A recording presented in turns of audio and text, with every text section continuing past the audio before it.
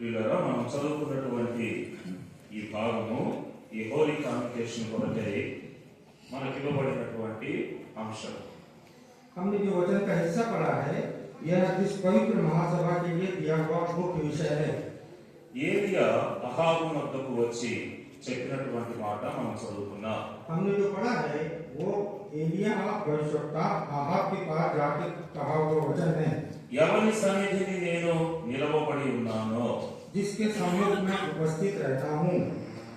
కాబట్టి ఏలియా దేవుని సన్నిధిని నిలవబడినటువంటి ప్రవక్తగా మనం చూస్తూ ఉన్నాం.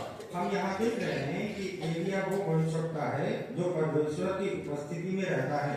దేవుని వాక్యంలో కూడా మనం చూడగలుగుతాం. దేవుని సన్నిధిలో నిలబడినటువంటి వ్యక్తులను అబ్రహామును మనం చూస్తాం, ఎలీషాను కూడా మనం చూస్తాం. परमेश्वर के सम्मुख उपस्थित रहने वाले प्रभु के दास अब्राहम को और एलीशा को हम देखते हैं। దేవుని సన్నిధిలో నిలవబడటం అనేటువంటిది ఒక సవాలుతో కూడుకున్నటువంటి విషయం. परमेश्वर की उपस्थिति में रहना एक चुनौती भरा काम है। ఇది ఒక తేలికైనటువంటి సంగతి కాదు, సులువైనటువంటి సంగతి కాదు. प्रभु के सामने उपस्थित रहना आसान काम नहीं है। It's not easy thing to stand before God. परमेश्वर के सामने खड़े रहना यह आसान बात नहीं है। అయితే ఏలియా యొక్క జీవితాన్ని మనం చూస్తే దేవుని సన్నిధిలో ఒక సవాలుతో ఆయన నిలవబడగలిగినాడు. एलिया यहाँ परमेश्वर के उपस्थिति में एक चुनौती लेकर खड़े हुआ है। ప్రియులారా, దేవుని సన్నిధిలో నిలబడలేకపోవడానికి గల కారణాలు చాలా ఉన్నాయి బైబిల్ గ్రంథంలో. बाइबल में बहुत से ऐसे वजह है जिसके कारण परमेश्वर के सामने खड़े नहीं रह सकते।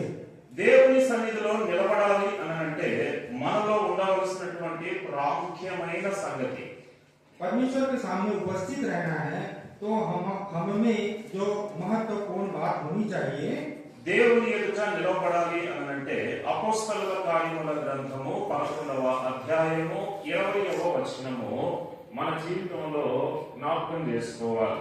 परमेश्वर के सम्मुख उपस्थित रहना है तो प्रेरितों के काम 11 अध्याय और उसका 20 पद हमें याद रखना है। మనం కలిసి చదువుకుందాము ఈ వచనాన్ని. प्रेरितों के काम 11 अध्याय 20 पद को हम मिलकर पढ़ेंगे। రోమీయులకు రాసిన పత్రిక, అపోస్తలుల కార్యములు కాదు, రోమీయులకు రాసిన పత్రిక 11వ అధ్యాయము 20వ వచనము. क्षमा कीजिए, रोमियो की पत्री 11 अध्याय और उसका 20 पद అందరూ కూడా కలిసి చదువుకుందాం. सब मिलकर पढ़ेंगे। మంచిది వారు అవిశ్వాస के कारण चोरी है, परंतु तू विश्वास से बना रहता है, इसलिए अभिमानी न हो परंतु భయపడుము. చూడండి, ఇక్కడ పౌలు సెలవిస్తూ ఉన్నటువంటి మాట, నీవైతే విశ్వాసమును బట్టి నిలిచి ఉన్నావు. पौलुस यहाँ कह रहा है कि तू विश्वास से बना रहता है। కాబట్టి ఇప్పుడు మనం నిలిచి ఉండాలి అని అంటే, మనం నిలబడగలగాలి అని అంటే మనలో ఉండవలసిన లక్షణం ఏంటి? విశ్వాసము. हम प्रभु में बने रहना हो या प्रभु के सम्मुख खड़े रहना है तो हम में विश्वास चाहिए। ప్రియమైన వారలారా, క్రైస్తవ జీవితము విశ్వాసముతో ప్రారంభించబడుతుంది. प्रियो, मसीही जीवन विश्वास से आरंभ होता है, విశ్వాసముతో కొనసాగించబడుతుంది और विश्वास से आगे बढ़ता है। విశ్వాసముతో మాత్రమే మనం ఆయన రాజ్యములోని కూడా ప్రవేశించగలుగుతాం. और केवल विश्वास मात्र ही से हम परमेश्वर के राज्य में प्रवेश कर पाते हैं। కాబట్టి విశ్వాసమును బట్టి నిలిచి ఉన్నావు అని ఇక్కడ వాక్యము సెలవిస్తూ ఉంది. यहाँ पर वचन बता रहा है कि परंतु तू विश्वास से बना रहता है। అంటే ఏలియా యొక్క జీవితంలో విశ్వాసము ఉంది, एलिया के जीवन में विश्वास है, ఎలీషా యొక్క జీవితంలో విశ్వాసము ఉంది, एलीशा के जीवन में विश्वास है। ఇంకా అబ్రహాము గురించి చెప్పాలి అని అంటే విశ్వాసులకే తండ్రి అవగలిగాడు. और अब्राहम के विषय में जब हम बात करते हैं तो विश्वासियों का पिता है। కాబట్టి ప్రియులారా, ఈ యొక్క సువార్త కూడికలో చేరవచ్చినటువంటి మనము విశ్వాసముతో ఉండగలుగుతూ ఉన్నామా? हम जो यहाँ पर सुसमाचार की सभा में आए हैं, क्या हम विश्वास में बने हैं? విశ్వాసం లేకుండా దేవుని యొక్క బిడ్డగా మనము ఆ అర్హతను మనము పొందలేము. बिना विश्वास के हम परमेश्वर की संतान होने की योग्यता नहीं है। విశ్వాసము ద్వారా మనకు ఎన్నో విషయాలు మనం పొందుకోగలుగుతాం. विश्वास के द्वारा हम बहुत सी बड़ी बातों को पा सकते हैं. గమనించండి, కొన్ని సంగతులు మనము లేఖనాలలో మనం చూస్తే वचन में यदि हम कुछ बातों को ध्यान दें, విశ్వాసమును బట్టి మనము పొందుకోగలిగేటువంటి లక్షణాలు చాలా మనకు కనబడుతూ ఉంటాయి. विश्वास के द्वारा हम बहुत सी बातों को पा सकते हैं. కొన్ని సంగతులు మీకు తెలియజేస్తాను, కొన్ని రెఫరెన్సెస్ నేను తెలియజేస్తాను. कुछ बाइबल के संदर्भ बताऊंगा. విశ్వాసమును బట్టి మనము ఏమి పొందగలము, विश्वास के द्वारा हम क्या पा सकते हैं, కొన్ని రెఫరెన్సెస్ మీకు తెలియజేస్తాను. कुछ संदर्भ बताऊंगा. నంబర్ 1, మార్కు సువార్త 2వ అధ్యాయము 5వ వచనము, విశ్వాసము ద్వారా పాపములు క్షమించబడును. मरकुस रचित सुसमाचार 2रा अध्याय 5 पर विश्वास के द्वारा पापों की क्षमा है. రెండవది, మార్కు సువార్త 5వ అధ్యాయము 34వ వచనము, విశ్వాసము ద్వారా స్వస్థత. मरकुस रचित सुसमाचार 5 अध्याय 34 विश्वास के द्वारा चंगाई. మూడవది, లూకా సువార్త 7వ అధ్యాయము 50వ వచనము, విశ్వాసము ద్వారా రక్షించబడుదుము. लूका 7 अध्याय और 50 पर विश्वास के द्वारा उद्धार है. మీరు రిఫరెన్సెస్ నోట్ చేసుకొని మొత్తం వర్డ్ అంతా రాసుకోవాలి అంటే మీకు టైం సరిపోదు. आप केवल संदर्भ नोट कीजिए, रेफरेंस नोट कीजिए, पूरा वचन लिखेंगे तो समय कम पड़ेगा. నాలుగవదిగా యోహాను సువార్త 1వ అధ్యాయము 12వ వచనము, విశ్వాసము ద్వారా దేవుని పిల్లలమగుటకు అధికారము అనుగ్రహించబడును. यूहन्ना सुसमाचार 1 अध्याय 12 पर विश्वास के द्वारा परमेश्वर की संतान होने का अधिकार. ఐదవది, యోహాను సువార్త 3వ అధ్యాయము 16వ వచనము, విశ్వాసము ద్వారా నశించము. यूहन्ना सुसमाचार 3 अध्याय 16 पद के अनुसार विश्वास के कारण हम नाश नहीं होते.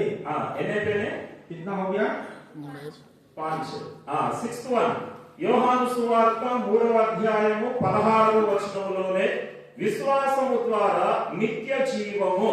उसी यूहन्ना 3 अध्याय 16 पद में विश्वास के द्वारा अनंत जीवन.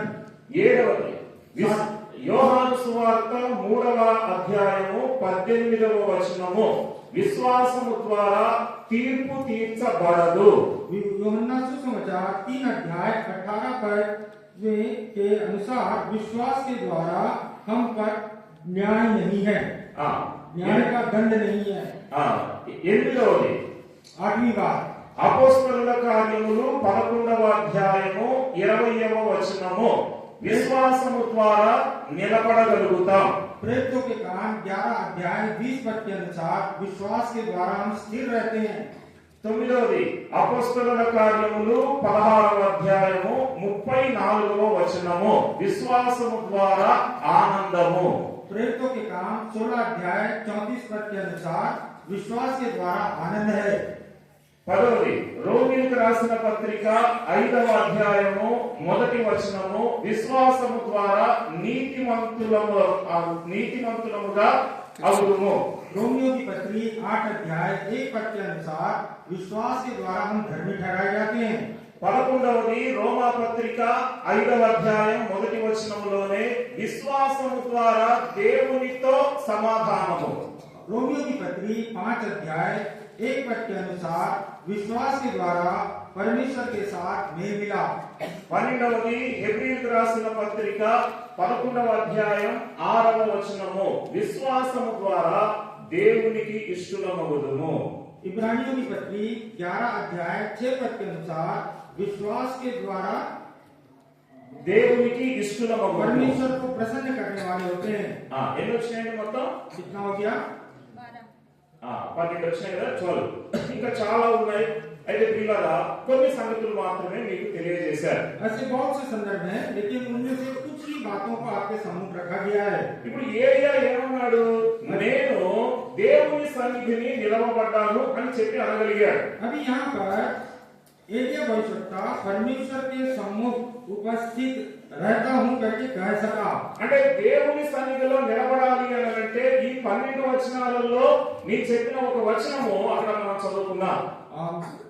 परमेश्वर के सामने उपस्थित रहना है, तो अभी हम 12 संदर्भों को जो पढ़े हैं उनमें से एक संदर्भ वहां होना चाहिए। ఏంటి ఆ విషయము అని అంటే అపోస్తలుల కార్యములు 11వ అధ్యాయం 20వ వచనము. प्रेरितों के काम 11 अध्याय और उसका 20 पद చదవండి ఎవరైనా पढ़ दीजिए। అపోస్తలుల కార్యం రోమీయులకు రాసిన పత్రిక 11వ అధ్యాయం 20వ వచనము. ఇంత రిఫరెన్సెస్ లో నేను అపోస్తలుల కార్యములను చెప్పాను, ఒకసారి చూడండి. కరెక్టే చెప్పానా? ఇందాక 12 రిఫరెన్సెస్ లో రోమా 11:20 చెప్పానా?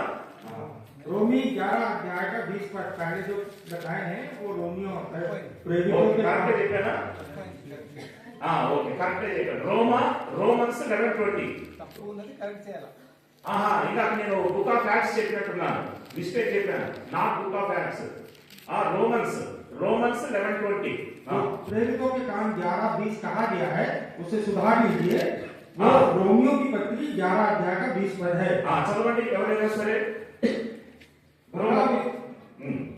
भला वे तो अविश्वास के कारण छोड़ी गई, परंतु तू विश्वास से बना रहता है, इसलिए अभिमानी ना हो परंतु भयकर। మనము నిలిచి ఉండాలి అని అంటే విశ్వాసమును బట్టి నిలబడగలుగుతాం. यदि हम प्रभु में बने रहना है तो विश्वास के द्वारा ही हो सकता है। ప్రియులారా, మనము ఎటువంటి విశ్వాసము కలిగి ఉండాలి, ఎటువంటి విశ్వాసము ఉండకూడదు అనేది కూడా వాక్యంలో ఉంది. वचन में ये भी बात है कि किस तरह का विश्वास हमें होना चाहिए और किस तरह का विश्वास नहीं होना चाहिए। ఈ రాత్రి ఈ విశ్వాసము ద్వారా మనం నిలబడగలుగుతాం అనేటువంటి ఈ టాపిక్ మీద కొన్ని సంగతులు మనం చూద్దాం. आज हम इस विषय पर कि विश्वास में प्रभु के सामने बने रहते हैं, इसमें कुछ बातों को हम ध्यान करेंगे। మొట్టమొదటిగా ఎటువంటి విశ్వాసము ఉండకూడదు అనే సంగతులు మనం చూద్దాం. पहले हम कैसा विश्वास हमें नहीं होना चाहिए उन बातों को देखेंगे। చూడండి, యోహాను రాసినటువంటి సువార్త, यूहन्ना सुसमाचार 20వ అధ్యాయము 20 अध्याय 27వ వచనము. और उसका 27 पद। యోహాను 20వ అధ్యాయం 27వ వచనము. यूहन्ना 20 अध्याय और उसका 27 पद। అందరం కూడా కలిసి చదువుకుందాము. सब मिलकर इस पद को पढ़ेंगे। यूहन्ना 20 का 27। తరువాత తోమాను చూచి, నీ దేవునికి చాచి నా చేతిని చూడము, నీ చెయ్యి చాచి నా ప్రభువును ఉంచి, అవిశ్వాసి కాక విశ్వాసివై ఉండుమనెను. చూసారండి, ఏంటంటే ఇక్కడ మనలో ఉండకూడనటువంటి విశ్వాసము గురించి మనం చూస్తే అవిశ్వాసము ఉండకూడదు. ऐसा क्या विश्वास हमें नहीं होना चाहिए? इस संदर्भ में हम पढ़ते हैं कि अविश्वासी नहीं होना चाहिए। యేసుక్రీస్తు ప్రభువారు కూడా మనలో మొట్టమొదటిగా విశ్వాసము ఎలా ఉంది అనేదే దేవుడు చూస్తాడు. प्रभु परमेश्वर हमने सबसे पहले इस बात को परखते हैं कि हमारा विश्वास कैसा है। మార్కు సువార్త 2వ అధ్యాయము 5వ వచనంలో मरकुस सुसमाचार 2 अध्याय 5 पद में యేసు వారి విశ్వాసము చూచి, కుమారుడా నీ పాపములు క్షమించబడి ఉన్నవని పక్షవాయువు గలవానితో చెప్పెను. यीशु ने मरकुस 2 अध्याय 5 पर यीशु ने उनका विश्वास देखकर उस लकवे के मारे हुए से कहा, हे पुत्र तेरे पाप क्षमा हुए। ఆ సందర్భం మనకు తెలుసు. यह संदर्भ हमें मालूम है। పక్షవాయువు రోగముతో ఉన్నటువంటి వ్యక్తిని అక్కడకు తీసుకొని వచ్చారు. एक लकवे के मारे हुए बीमार व्यक्ति को प्रभु यीशु मसीह के पास लाए हैं। అక్కడికి యేసు ప్రభు దగ్గరకు తీసుకొని వెళ్ళటానికి 4వ వచనం ప్రకారంగా ఏం జరిగింది? 4 वचन के अनुसार उस लकवे के मारे हुए बीमार व्यक्ति को प्रभु यीशु मसीह के पास लाने के लिए क्या किया? చాలా మంది కూడి ఉన్నందున ఆ ఇంటి పైకప్పు విప్పి పరుపుతోనే ఆ వ్యక్తిని కిందకు అక్కడికి దింపారు. वो जगह जहाँ प्रभु यीशु मसीह थे, बहुत भीड़ होने के कारण ऊपर का छत खोलकर पलंग सहित उस बीमार व्यक्ति को प्रभु के सामने लाए।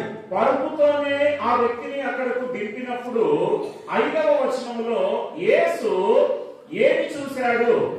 जब वो खाट सहित उस व्यक्ति को छत से प्रभु यीशु मसीह के सामने उतारे, तब उनमें प्रभु ने क्या देखा? ఏం చూశాడండి వాళ్ళలో? उनने क्या देखा? విశ్వాసం చూశాడు. उनका विश्वास देखा। మనమైతే ఏం చూసేవాళ్ళం? हम क्या देखते हैं? हम हाँ। होते तो क्या देखते हैं? ఆ పరుపు అజ్నాలాలో కొన్నారా లేక అమృత్సర్లో కొన్నారా చూసేవాళ్ళమేమో. वो खाट अजनाला में खरीदे हैं कि अमृतसर में खरीदे हैं? ఆ పరుపు ఎంత క్వాలిటీ ఉంది, ఆ పరుపు రేట్ ఎంత, वो ఆ खाट పరుపు కొనాలి అంటే ఎక్కడ షాపింగ్ చేయాలి అనేది ఒకవేళ చూసేవాళ్ళమేమో. वो खाट कितना महंगा है या किस क्वालिटी का है या हमें खरीदना हो तो किसके पास कहाँ जाना है करके सोचते। షాపింగ్ అంటే ఎంత ఎంత ఆశ కదండి మనకి. हमको खरीदारी या शॉपिंग करना कितना अच्छा लगता है। షాపింగ్ అంటే చాలా ఆశ మానవుడు అన్నప్పుడు. मनुष्य होते हुए शॉपिंग करना बहुत अच्छा लगता है। ఇంకా పురుషుల కన్నా ఎక్కువగా మనం ఆలోచన చేస్తే షాపింగ్ విషయంలో స్త్రీలను మనం అసలు ఆపలేము. पुरुषों से बढ़कर स्त्रियों को शॉपिंग करने से हम रोक नहीं सकते। అందుకనే లోకంలో ఒక సామెత ఉంది. इसलिए संसार में कहावत है, బ్రాండీ షాపుకి వెళ్ళినటువంటి మగవాడు బయటికి తొందరగా రారంట, బట్టల షాపుకు పోయిన ఆడవాళ్ళు తొందరగా బయటికి రారంట. शराब दुकान में गया हुआ पुरुष जल्दी बाहर नहीं आता, वैसे ही कपड़ों की दुकान में गई हुई स्त्री जल्दी वापस नहीं आती। తొందరగా బయటికి రాకుండా షాపింగ్ అంటే అంత ఆశ. शॉपिंग करना इतना अच्छा लगता है। సరే, యేసుక్రీస్తు ప్రభువారు ఆ పరుపు ఎలాంటి క్వాలిటీలో ఉంది, ఆ పరుపు రేట్ ఎంత ఇది చూడలే. प्रभु यीशु मसीह उस खाट कितने कीमत का है या वो किस क्वालिटी का है ये नहीं देखे। యేసు ప్రభువారు చూసింది ఏంటి? వారి విశ్వాసము. प्रभु यीशु मसीह ने इस संदर्भ में उनके विश्वास को देखा। అంటే యేసు ప్రభువారు మానవునికి విశ్వాసము ఉండాలి అనేటువంటి విషయంలో ఎంత పర్టిక్యులర్ గా ఉన్నాడో మనకి ఇక్కడ అర్థమవుతుంది. इस संदर्भ से हम समझते हैं कि प्रभु यीशु मसीह मनुष्य में विश्वास को कितनी गंभीरता से देखते हैं। అపోస్తలుడైన పౌలు రాసిన 14 పత్రికలలో లాస్ట్ పత్రికగా ఉన్న 2వ తిమోతి 4వ అధ్యాయంలో కూడా पौलुस प्रेरित के द्वारा लिखी हुई 14 पत्रियों का आखिरी पत्री 2 तिमोथी 4 अध्याय 7వ వచనంలో 4 अध्याय 7 पद में हम देखते हैं, పౌలు అంటున్నాడు, విశ్వాసము కాపాడుకొంటిని. और 7 पद में पौलुस कहता है कि मैंने विश्वास की रखवाली की है। చూసారా, విశ్వాసము కాపాడుకొంటిని. मैंने अपने विश्वास की रखवाली की है। నా విశ్వాసము నేనే కాపాడుకోవాలి. मेरे विश्वास को मुझे ही रखवाली करना है। నీ విశ్వాసము నువ్వే కాపాడుకోవాలి. आपके विश्वास की आप स्वयं रखवाली करना है। మన విశ్వాసము కాపాడటానికి సేవకులకు కాదు, సంఘ పెద్దలకు కాదు, ఎవరి విశ్వాసము వాళ్ళే కాపాడుకోవాలి. हमारे विश्वास को सेवक या कलीसिया के प्राचीन नहीं, हम स्वयं अपने विश्वास की रखवाली करना है। దైవ సేవకులు సంఘ బాధ్యత కలిగిన వారు ఎంత వరకు అని అంటే మనకు గైడెన్స్ ఇవ్వడం వరకే.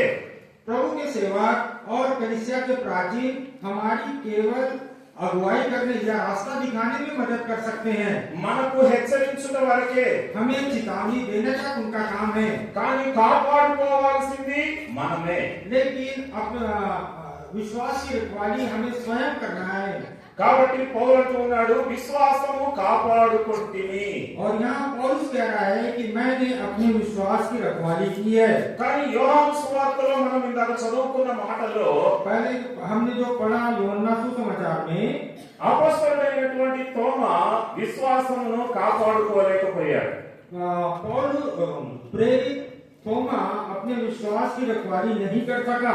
యేసు ప్రభువారికి ఉన్నటువంటి 12 మంది శిష్యులలో ఈయన కూడా ఒక శిష్యుడు. మనకు తెలుసు ఆ విషయం. हमको मालूम है कि प्रभु यीशु मसीह के जो 12 चेले थे उनमें से थोमा भी एक था।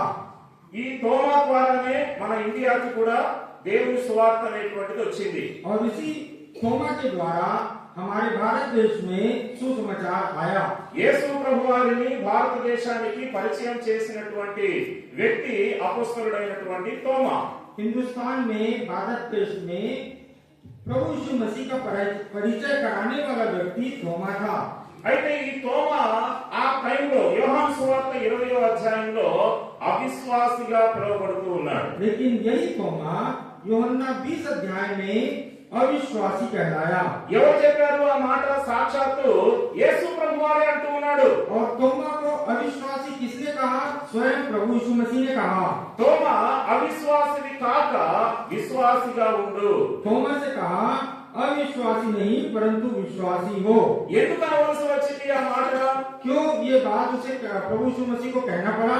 ఆ పై వచనాలలో మనం గమనించినట్లయితే ఆ అధ్యాయంలో యేసు इसी अध्याय के ऊपर के वचनों में हम पढ़ते हैं 25వ వచనంలో తక్కిన శిష్యులు మేము ప్రభువుని చూశాము అని చెప్పారు. और उसके पहले के वचनों में प्रभु यीशु मसीह के बाकी चेले कहने लगे कि हमने प्रभु यीशु मसीह को देखा है। మేము చూసాం తోమా యేసు ప్రభువుని మేము చూసాము అని అన్నారు. हे थोमा हम लोग प्रभु यीशु मसीह को देखे हैं। కానీ తోమా ఏమన్నాడు? लेकिन थोमा ने क्या कहा?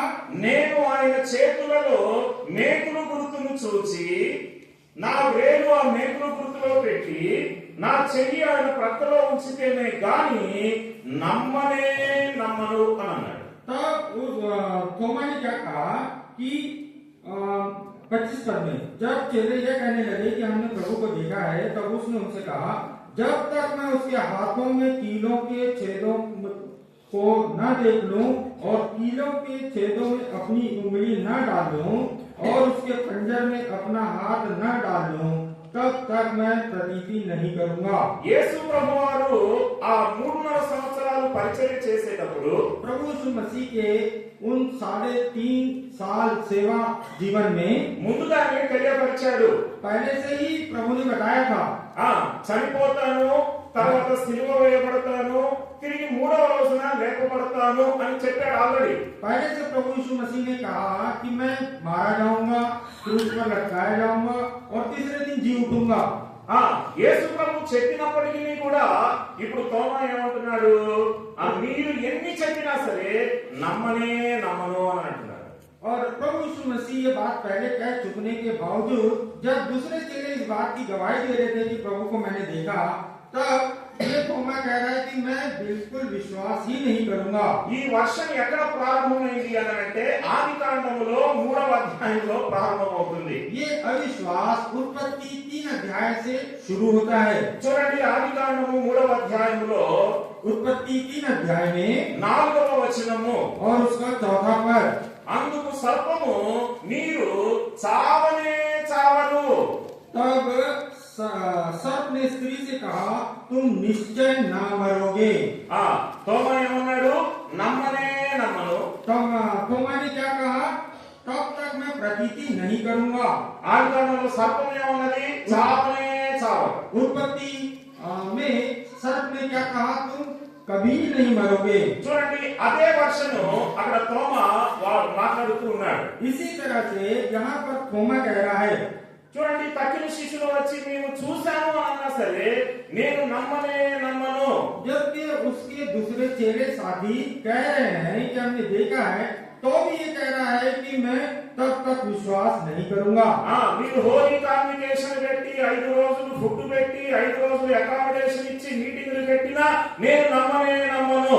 आप चाहे कितनी भी पवित्र सभा करें, मुफ्त में भोजन और रहने का खाने का व्यवस्था करें तो भी मैं प्रतीति नहीं करूंगा। చూసారండి ఎంత ప్రయాస కదా. హోలీ కాన్వికేషన్ ఇప్పుడు ఎంత ఖర్చు అవుతుంది కదా. इस पवित्र सभा के लिए कितना खर्च किया गया, ఎంత ప్రయాస పడుతూ ఉంటున్నారు కదా. దైవ సేవకులు కావచ్చు, స్థానిక సంఘం కావచ్చు, ఇంకా వాచకుల సహోదరులు కావచ్చు. यहाँ पर प्रभु के दास हो, चाहे जिम्मेदार भाई हो, चाहे इस गांव के लोग हो, कितना परिश्रम कर रहे हैं। ఎందుకు ఈ ప్రయాస అంతా అని అంటే డబ్బులు ఎక్కువై కాదు. ये सब परिश्रम इसलिए नहीं कि पैसा ज्यादा होने के कारण नहीं। డబ్బులు ఎలా ఖర్చు పెట్టాలో తెలియక కాదు. पैसा किस तरह से खर्च करना है नहीं मालूम होने की वजह से नहीं। ఆత్మల రక్షణ కొరకే ఈ కాన్వికేషన్. आत्माओं के उद्धार के लिए ये पवित्र सभा है। ఆత్మల రక్షణ కొరకే ఈ ప్రయాస. ये पूरा परिश्रम आत्माओं के उद्धार के लिए है। కనుక పిల్లరా ఇప్పుడు మీరు ఇక్కడ చేరుకున్నటువంటి నీవు కూడా తోమా వలె నమ్మను అని అనుకుంటున్నారేమో. आप भी इस जगह जो बैठे हैं थोमा के समान ये कह रहे होंगे कि मैं प्रतीति नहीं करूंगा, विश्वास नहीं करूंगा। ఒకవేళ అలాంటి మనస్తత్వంతో గనుక ఉంటే యేసు ప్రభువారు సెలవిస్తున్నటువంటి మాట यदि इस विचार से यहाँ कोई बैठे हैं तो उनसे प्रभु यीशु मसीह ये बात कह रहे हैं। ఆనాడు తోమాతో ఏమన్నాడో ఈ రోజున నీతో కూడా అదే మాట్లాడుతున్నారు. उस दिन थोमा से प्रभु यीशु मसीह ने जो बात कहा, आज आपसे वही बात प्रभु यीशु मसीह कह रहे हैं। అవిశ్వాసివి కావద్దు, अविश्वासी नहीं हो, విశ్వాసిగా ఉండు. परंतु विश्वासी हो। ఈ రోజు నువ్వు ఒక అవిశ్వాసిగా ఇక్కడికి వచ్చావు. ये आज यहाँ पर एक अविश्वासी होकर यहाँ आए होंगे। ఇప్పుడు వాస్తవంగా తోమా ఆ టైంలో యాక్చువల్ గా తను బిలీవరా లేకపోతే అన్బిలీవరా? थोमा उस समय विश्वासी था कि अविश्वासी था? చెప్పండి, बताइए। తాను విశ్వాస అవిశ్వాస? थोमा विश्वासी था कि अविश्वासी था? విశ్వాసి. విశ్వాసే. వాస్తవంగా తాను విశ్వాసే. దేవుని వెంబడించాడు కాబట్టి, దేవుని ఎరిగినాడు కాబట్టి విశ్వాసే. प्रभु यीशु मसीह को जानता था, प्रभु यीशु मसीह के चेलों में से एक था, इसलिए वो विश्वासी था। కానీ విశ్వాసి ఏమయ్యాడు అక్కడ? అవిశ్వాస అయిపోయాడు. लेकिन वही विश्वासी इस संदर्भ में क्या हो गया? अविश्वासी बन गया। కాబట్టి ప్రభువును నమ్మనటువంటి వాడు అవిశ్వాసే. जो प्रभु को नहीं मानता वो अविश्वासी है। మందిరంలో నువ్వు రెగ్యులర్ గా పార్టిసిపేట్ అవుతూ ఉన్నా సరే నువ్వు నమ్మకపోతే నువ్వు అవిశ్వాసే. चाहे आप कलीसिया में, चर्च में लगातार उपस्थित रह के काम कर रहे हो, यदि आप प्रभु पर विश्वास नहीं कर रहे हैं तो आप अविश्वासी हैं। వాక్యం సెలవిస్తుంది, విశ్వాసం మూలము కానిది ఏదో అది పాపము. और वचन बताता है जो कुछ विश्वास से नहीं वह पाप है। అంటే విశ్వాసం లేకుండా నువ్వు దేవుని మందిరంలో నువ్వు పరిచర్య చేసినా, దేవుని మందిరంలో పనులు చేసినా సరే దేవుని దృష్టికి అది అంగీకారం కాదు. बिना प्रभु पर भरोसा रखे, विश्वास किए आप प्रभु के मंदिर में कितना भी परिश्रम मेहनत करें, वो प्रभु की दृष्टि में ग्रहण योग्य नहीं है। ఆనాడు యేసు ప్రభువును కన్నులారా చూసి ఆ కొన్ని దినాలు యేసు ప్రభువుతో సహవాసం కలిగి ఉన్నటువంటి తోమానే అవిశ్వాసి అయిపోయాడు. उन दिनों में थोमा प्रभु यीशु मसीह के साथ रहकर अपनी आंखों से देखने के बावजूद वो अविश्वासी हो गया। ఈ రోజు నీ స్థితి ఎలా ఉంది? आज आपकी स्थिति कैसी है? విశ్వాసం లేకపోతే నువ్వు దేవుని బిడ్డగా అంగీకరించబడలేవు. बिना विश्वास के आप परमेश्वर के संतान के रूप में ग्रहण नहीं किए जाएंगे। ద్వితీయోపదేశకాండము 32వ అధ్యాయము 20వ వచనము. व्यवस्था विवरण 30 अध्याय और उसका 20 पद, चैप्टर 30 वर्स 20। ఆయన కనుకొనెను, నేను వారికి విముఖుడనై వారి కడపడి స్థితి ఏమగునో చూచెదను, వారు మూర్ఖ చిత్తము గలవారు, విశ్వాసము లేని పిల్లలు. व्यवस्था विवरण 30 अध्याय उसका 20 पद। इसलिए अपने परमेश्वर से प्रेम करो और उसकी बात मानो और उससे लिपटे रहो, क्योंकि तेरा जीवन और दीर्घ जीवन यही है। और ऐसा करने से जिस देश को यहोवा इब्राहिम, इसहाक, याकूब तेरे पूर्वजों को देने की शपथ खाई है, उस देश में तू बसा रहेगा। వారు పిల్లలే కానీ విశ్వాసము లేని పిల్లలు. वो संतान ही है लेकिन विश्वास नहीं है।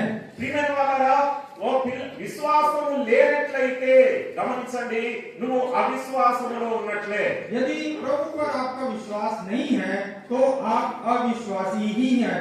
కాబట్టి ఇశ్రాయేలీయుల గురించి మనం చూస్తే इस्राएलियों के बारे में हम पढ़ते हैं। 40 సంవత్సరాలు దేవుడు నడిపించినప్పటికీ కూడా 40 साल उनको प्रभु ने चलाया, फिर भी వారి మధ్యలో అద్భుత కార్యాలు ఎన్ని జరిగించినప్పటికీ కూడా उनके मध्य में प्रभु बहुत अद्भुत काम करने के बावजूद ఆ ఇశ్రాయేలీయులలో కనాను దేశంలోనికి పోగలిగింది మాత్రము ఇద్దరు మాత్రమే.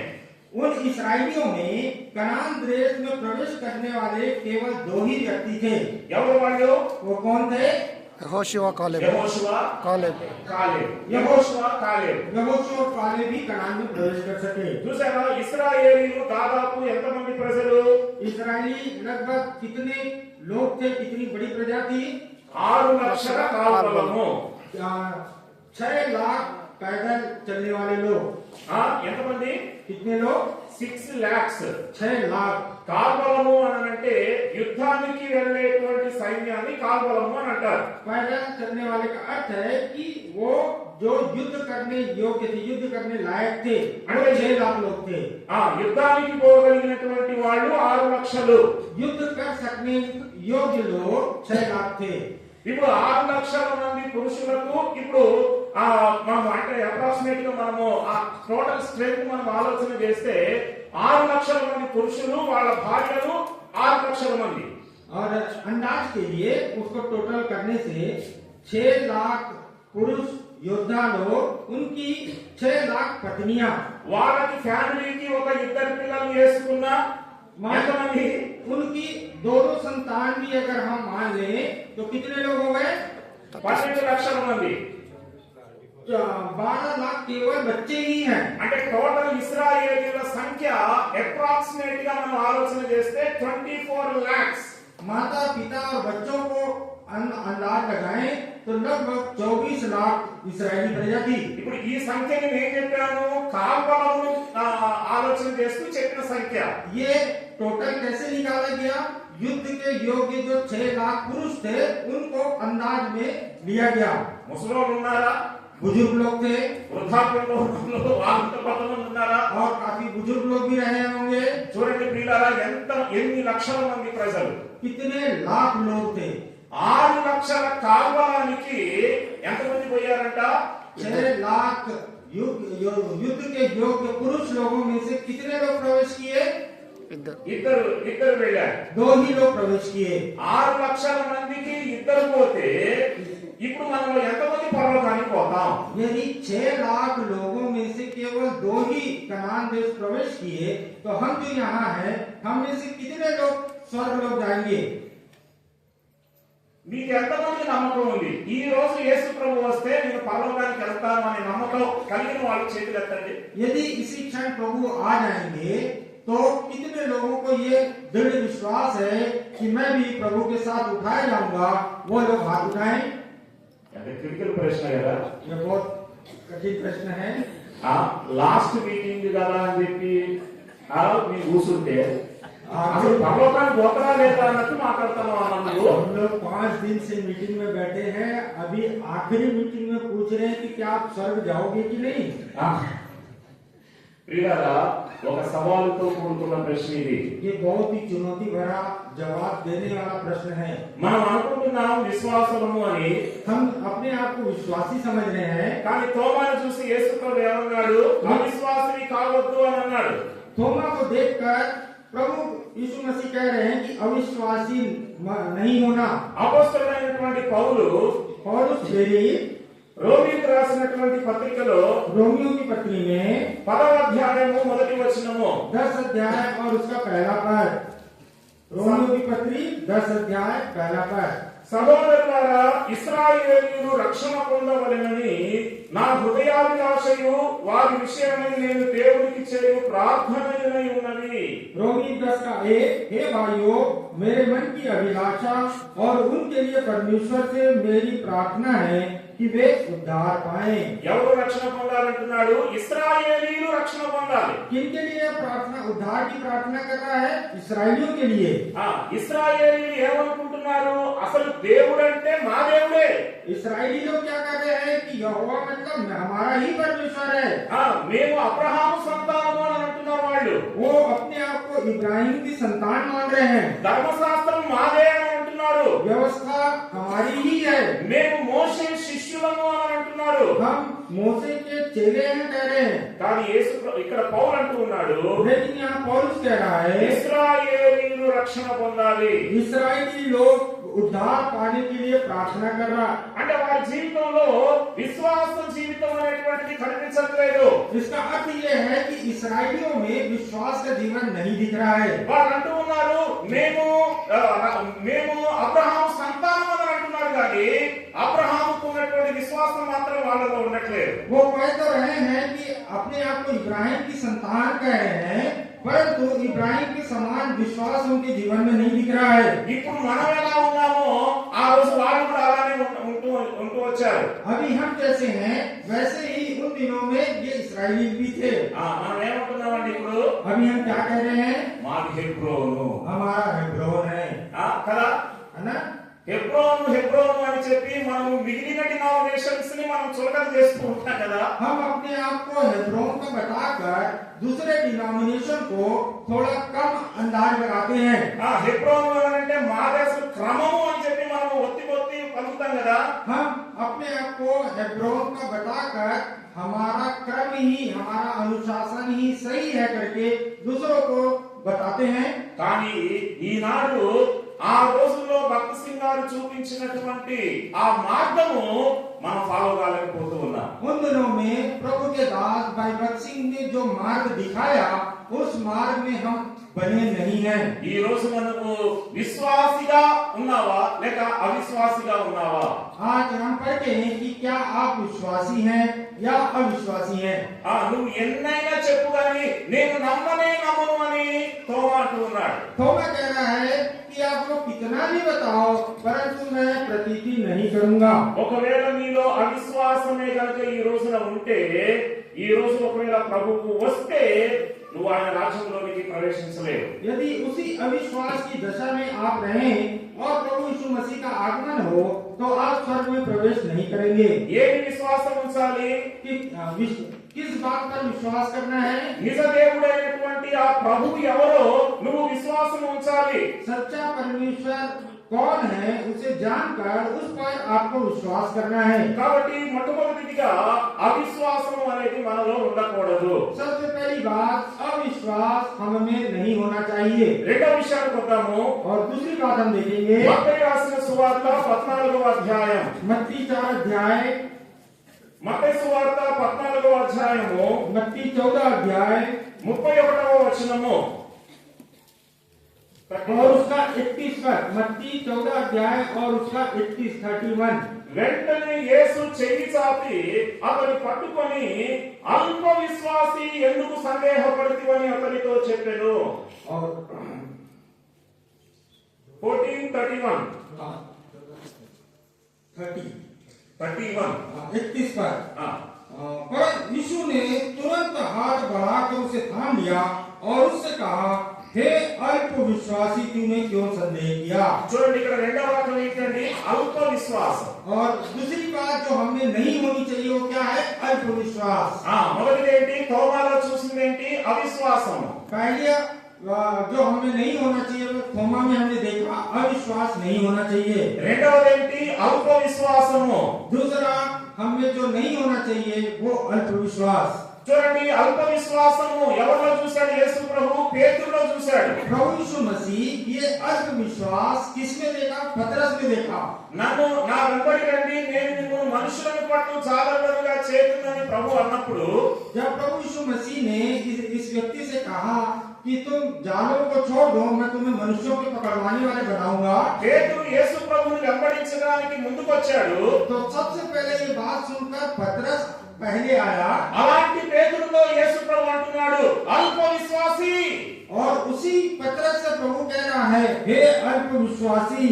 ఎందుకు ఆ మాట అన్నాడు యేసు ప్రభు? प्रभु यीशु मसीह क्यों पतरस को अल्प विश्वासी कहा? ఈ 14వ అధ్యాయము ఈ పారాగ్రాఫ్ ను మనం చూస్తే 14 अध्याय के इस पैराग्राफ में हम पढ़ते हैं 22వ వచనమును వెంటనే అనేటువంటి పదంతోటి స్టార్ట్ చేశాడు మత్తయి। मत्ती 22 पद में तुरंत कहते हुए इस पैराग्राफ को शुरू कर रहा है। వెంటనే అనేటువంటి పదంతో అక్కడ స్టార్ట్ అయింది అని అంటే ఏమి జరిగిన వెంటనే ఆ పైన జరిగినటువంటి సంఘటన జరిగిన వెంటనే। तुरंत का अर्थ ये किसके बाद है? उसके ऊपर में जो घटना हुई उसके तुरंत बाद యేసు ప్రభువారు 5 రొట్టెలు 2 చేపలను ఇంచుమించు 5,000 మందికి అక్కడ పంచిపెట్టాడు। उसके पहले क्या हुआ? 5 रोटी और 2 मछलियों को प्रभु यीशु मसीह ने 5,000 लोगों को बांटा। ఒక అద్భుతం జరిగింది। एक अद्भुत काम उसने देखा। ఒక ఆశ్చర్యకరమైన కార్యం జరిగింది। एक आश्चर्य काम को देखा। ఉన్నవి ఎన్ని రొట్టెలు? 5 రొట్టెలు 2 చేపలు। उनके पास कितना भोजन था? केवल 5 रोटी और 2 मछली। 5 రొట్టెలు 2 చేపలు ఎంతమంది సరిపోతాయి? 5 रोटी और 2 मछली कितने लोगों को तृप्त कर सकता है? నా తోడుకైతే ఒక్కరు కూడా సరిపోదు। और मेरे अंदाज से तो एक व्यक्ति भी तृप्त नहीं होगा। అవునండి? सही बात है। నేను ఒకప్పుడు 16 ఇడ్లీ తినేవాడిని టిఫిన్। एक समय मैं नाश्ते में 16 इडली खाया करता था। ఇడ్లీ కనుక మా ఇంట్లో మా అమ్మగారు వండితే ఒక వాయి మొత్తం నాకే ఉండేది. और इडली जब घर में भाई के बनता था तो एक पूरा सेट इडली का सेट भाई के लिए अलग निकाल के उनकी माँ रख देती थी। భయపడకండి, ఇప్పుడు తెలియలేదు. अब डरिए मत, अभी नहीं खा सकते। ఇప్పుడు తెలియదు 16 ఇడ్లీ ఇప్పుడు తెలియగలుగుతావా? अभी 16 इडली नहीं खा सकते। 5 రొట్టెలు 2 చేపలు 5 रोटी और 2 मछली కనీసం ఒక్కడికే కరెక్ట్ గా కడుపు నిండా సరిపోవు. अच्छे से एक व्यक्ति को भी तृप्त नहीं कर सकता। కానీ దేవుడు ఇంచుమించు 5,000 మంది పురుషులకు అక్కడ పంచిపెట్టినట్టుగా మనం చూస్తూ ఉన్నాం. लेकिन उतने थोड़े से भोजन को प्रभु यीशु मसीह ने लगभग 5,000 लोगों को तृप्त किया। ఇది జరిగిన వెంటనే యేసు ప్రభువు తన శిష్యులను తనకంటే ముందుగా అద్దరికి వెళ్ళవలనని ఆయన వారిని బలవంతం చేసి అక్కడి నుంచి పంపించారు. जब ये आश्चर्य कर्म हुआ उसके तुरंत बाद प्रभु यीशु मसीह अपने चेलों को आज्ञा दी कि मुझसे पहले गलील को जाओ। ఎందుకు యేసు ప్రభువారు వాళ్ళని బలవంతం చేశాడు? क्यों प्रभु यीशु मसीह ने उनको जल्दबाजी किया? దీనికి కారణము యోహాను సువార్తలో మనం చూస్తాం. इसका कारण हम यूहन्ना सुसमाचार में पढ़ते हैं। చూడండి, యోహాను రాసిన సువార్త 6వ అధ్యాయము यूहन्ना 6 अध्याय 15వ వచనము और उसका 15 पद। యోహాను సువార్త 6:15 यूहन्ना 6 का 15। రాజుగా చేయుటకు వారు వచ్చి తనను బలవంతముగా పట్టుకొనబోచున్నారని యేసు ఎరిగి మరలా కొండకు ఒంటరిగా వెళ్ళెను. यूहन्ना 6 अध्याय 15 पद। यीशु यह जानकर कि वे मुझे राजा बनाने के लिए आकर पकड़ना चाहते हैं, फिर पहाड़ पर अकेला चला गया। ఆ అద్భుతం జరిగిన వెంటనే అక్కడ ఉన్నటువంటి ప్రజలు వచ్చి ఏం చేస్తున్నారు? యేసు ప్రభువును రాజుగా చేయడానికని వస్తూ ఉన్నారు. ये अद्भुत काम, सबको भोजन से तृप्त करने का अद्भुत काम होने के बाद वहाँ के लोग आके प्रभु यीशु मसीह को राजा बनाना चाहते थे। యేసు ప్రభువారిని పనిగట్టుకొని నువ్వు రాజుగా చేయాల్సిన అవసరం లేదు. प्रभु యేసు ప్రభువారిని నువ్వు ప్రత్యేకంగా రాజుగా చేయాల్సిన అవసరం లేదు. प्रभु यीशु मसीह ऐसे व्यक्तित्व है कि आप उनको अलग से राजा बनाने का जरूरत नहीं है। ఆయన స్వాభావికంగానే రాజు.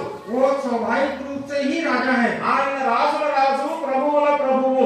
वो राजाओं का राजा है और प्रभुओं का प्रभु है। నువ్వు ఓటేస్తే అయ్యే రాజరికం కాదు ప్రభువానికి ఉన్నది. प्रभु का जो राज्य है या प्रभु जो राजा है, आपके वोट से राजा बनना नहीं है। నువ్వు రాజుగా చేయాలి అని అనుకుంటే వచ్చిన వాడు కాదు రాజు. ఆ రాజు वो प्रभु यीशु मसीह ऐसे राजा है कि आप चाहेंगे तो वो राजा बनेगा, ऐसा नहीं है। యేసుక్రీస్తు ప్రభువారు రాజుల రాజు. प्रभु यीशु मसीह राजाओं के राजा है। సియోను రాజు, सियोन के राजा है। యూదుల రాజు. यहूदियों का राजा है। తన ప్రజలను వారి పాపముల నుండి ఆయనే రక్షించును గనుక ఆయనకు యేసు అనేటువంటి పేరు. वो अपने लोगों का पाप से उद्धार करेगा, इसलिए उसका नाम यीशु रखा गया। ఈ రాజు మనలను రక్షించే రాజు.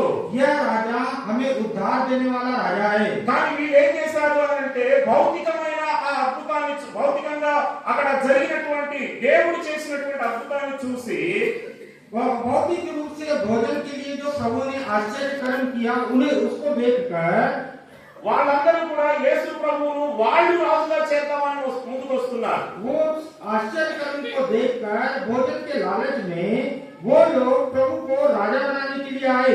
ఆ మూమెంట్ లో ప్రభువారు ఏం చేశారు? తన శిష్యులను తనకంటే ముందుగా అతనికి వెళ్ళాలి అని చెప్పి బలవంతంగా వాళ్ళని పంపించేస్తున్నారు. इस संदर्भ में ऐसी परिस्थितियों में प्रभु यीशु मसीह अपने चेलों को जल्दबाजी करके जबरदस्ती उनको अपने से पहले भेज दिए। ఆలస్యం చేయట్లేదు, వెంటనే వాళ్ళని అక్కడి నుంచి పంపించేస్తున్నాడు. देरी नहीं किए, तुरंत उनको वहां से विदा किए। ఎందుకోసం ఎప్పుడైనా ఆలోచన చేశారా? क्यों ऐसा करना पड़ा? आपने कभी विचार किया? ఎందుకు వెంటనే అక్కడి నుంచి యేసు ప్రభు వాళ్ళని పంపించాడు? क्यों प्रभु यीशु मसीह ने अपने चेलों को तुरंत वहां से विदा किया? ఆలోచన చేయండి. विचार कीजिए। ఆ యొక్క దేవునికి ఉన్నటువంటి శిష్యులలో రకరకాలైనటువంటి ఆలోచనలు అక్కడ వస్తూ ఉన్నాయి. वहाँ पर प्रभु यीशु मसीह के जो चेले थे उनके मनों में हर एक का अलग अलग विचार उत्पन्न हो रहा था। పేతురు అనుకొని ఉండవచ్చు, पतरस ये सोचा हो सकता है, యేసు ప్రభువారే గనుక రాజు అయితే నేను మంత్రిని. यदि प्रभु यीशु मसीह राजा बनेंगे तो मैं मंत्री बनूंगा। ఏమనుకొని ఉంటాడండి పేతురు? पतरस ऐसा सोचा हो सकता है। యేసు ప్రభువుని గనుక ఇక్కడ రాజుగా చేస్తే నెక్స్ట్ పోస్ట్ ఎవరిది? నాదే. यदि प्रभु यीशु मसीह को यहाँ का राजा बना देंगे तो अगला पद मेरा ही होगा, मैं मंत्री बनूंगा। అంటే తన మైండ్ సెట్ అంతా కూడా చూడండి ఆ మంత్రి పోస్ట్ కోసము ఉరుకుతుంది. और पतरस का मन विचार बदलकर उस मंत्री पद के लालच में बढ़ गया। చూసారండి పోస్టుల గురించి ఎన్ని సమస్యలు, ఎన్ని గొడవలు. पद के लिए, प्रतिष्ठा के लिए कितनी समस्याएं, कितना झगड़ा है। ఇప్పుడు శిష్యులందరూ కూడా ఒక్కొక్క పోస్ట్ ని పంచుకుంటూ ఉన్నారు. अब सभी चेले इस तरह से अलग अलग अपने आप का पद ले रहे होंगे। ఇప్పుడు ఇస్కరియోతు యూదా ఏమనుకోని ఉండవచ్చు చెప్పండి? आप बताइए कि यहूदा इस्करियोती क्या सोच रहा होगा? I am the financial minister, मैं वित्त मंत्री, फाइनेंस मंत्री बनूंगा, నేను ఆర్థిక శాఖ మంత్రిని. मैं आर्थिक मंत्री बनूंगा। కారణం ఏంటంటే చందా పెట్టిన నా దగ్గరే, क्योंकि रुपयों की थैली मेरे ही पास रहती है మందిరంలో వచ్చే డబ్బులన్నీ నా దగ్గరే. और कलीसिया में जो पैसा आता है वो सब मेरे ही पास है। కాబట్టి ఫైనాన్షియల్ మినిస్టర్ పోస్ట్ యేసు ప్రభు నాకు తప్ప ఇంకెవరికి ఇవ్వడు. इसलिए प्रभु यीशु मसीह राजा बनेंगे तो फाइनेंस मिनिस्ट्री मुझे ही देंगे। ఇలా ఒక్కొక్కరు ఒక్కొక్క పోస్ట్ ను పంచుకుంటున్నారు. इस तरह से एक एक चेला एक एक पद को सोच रहा होगा। యేసు ప్రభు దాన్ని గమనించాడు. प्रभु यीशु मसीह ने उनकी मन की बातों को जान लिया। వీళ్ళని ఈ భౌతికమైనటువంటి పోస్టుల కోసం కాదు నా వెంబడి రండి అని చెప్పి పిలిచింది. मैंने इनको इसलिए नहीं बुलाया कि इस संसार के पद प्रतिष्ठा उनको मिले। వీళ్ళు మనుషులను పట్టు జాలరులుగా ఉండాలి. ये मनुष्यों को पकड़ने वाले मछली होना है। కాబట్టి శిష్యులారా వెంటనే వెళ్ళిపోండి, అసలు ఇక్కడ ఉండొద్దు, ఈ ప్రిన్సెస్ ని మీకు కరెక్ట్ కాదు, మీ ఆలోచన సరిగా లేవు.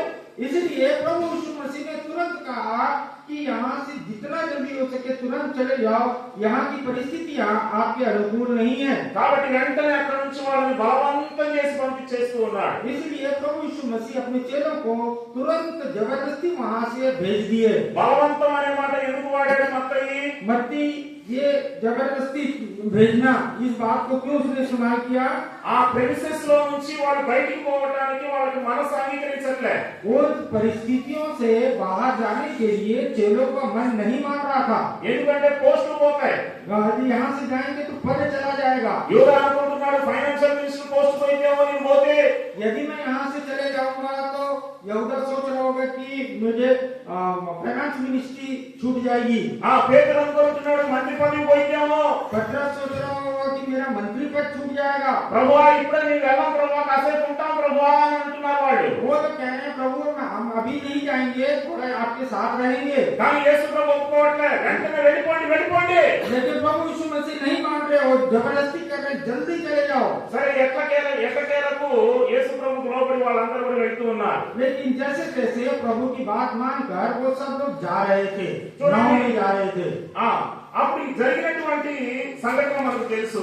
उसके आगे की घटना हम सबको मालूम है। 24వ వచనంలో मत्ती 14 अध्याय और उसका 24 पद में, అప్పటికి ఆ దోణి ధరికి దూరముగా ఉండగా గాలి ఎదురైనందున అలల వలన కొట్టబడుచుండెను. और उस समय नाव झील के बीच में लहरों से डगमगा रही थी क्योंकि हवा सामने की थी। దోణి ఎక్కడ ఉంది? ధరికి దూరంగా ఉన్నది. नाव कहाँ पर है? किनारे से दूर में था, बीच झील में था। ఇప్పుడు వాళ్ళకి ఏం ఎదురైంది? గాలి ఎదురైంది. और बीच झील में उनको क्या सामना हो रहा है? వాడు ఇంకా ముందుకు పోలేనటువంటి పరిస్థితి. और इतना तेज हवा चल रहा था कि वो आगे जाने की स्थिति में नहीं थे। ప్రియమైనటువంటి వాళ్ళారా, వాళ్ళకు సముద్రము కొత్త కాదు. प्रियो, उनके लिए पानी नाव कोई नई बात नहीं थी। దోణి లేని కొత్త కాదు. और नाव नया नहीं था। చేపలు పట్టడానికి పోయినప్పుడు ఎన్నోసార్లు వాళ్ళు తుఫాను అనుభవాలు కూడా వాళ్ళు ఎదుర్కొని ఉంటారు. जब वो मछुआरे थे तब वो लोग बहुत से इस तरह का आंधी तूफान का सामना किया होंगे। కానీ ఇక్కడ దేవుడు వాళ్ళకి పాఠాన్ని నేర్పించడానికే ఈ తుఫానును అనుమతించాడు. लेकिन प्रभु यीशु मसीह अपने चेलों को पाठ सिखाने के लिए इस आंधी को अनुमति दिए। చూడండి 25వ వచనంలో और 25 पर రాత్రి 4వ జామున ఆయన సముద్రం మీద నడుచుచు వారి యొద్దకు వచ్చెను. उस समय नाव झील के बीच लहरों से डगमगा रही थी और वह रात के चौथे पहर में तो यीशु उनके पास आया। అసలు వాళ్ళు ఎంత దూరం ప్రయాణం చేశారు? ఆ జర్నీ, वो यात्रा उनकी कितनी दूरी की थी? ఎంత దూరం ప్రయాణం చేశారో తెలుసా? कितने दूर वो नाव से यात्रा कर चुके थे? వాక్యంలో కూడా అది స్పష్టంగా రాయబడి ఉంది. वचन में भी साफ लिखा है। యోహాను సువార్త 6వ అధ్యాయంలో यूहन्ना 6 अध्याय में 19వ వచనము 19 पर వారు ఇంచుమించు 2 కోసుల దూరము దోణిలో నడిపించిన తరువాత యేసు సముద్రము మీద నడుచుచు తమ దోణి దగ్గరకు వచ్చుట చూచి భయపడిరి. सो जब वे खेते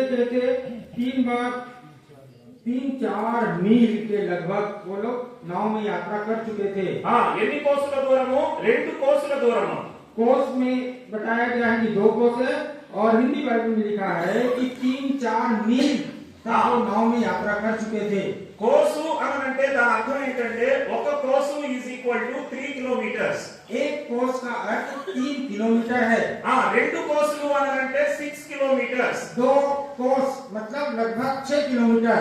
చూసారండి వాళ్ళు ఎన్ని కిలోమీటర్లు ప్రయాణం చేశారు?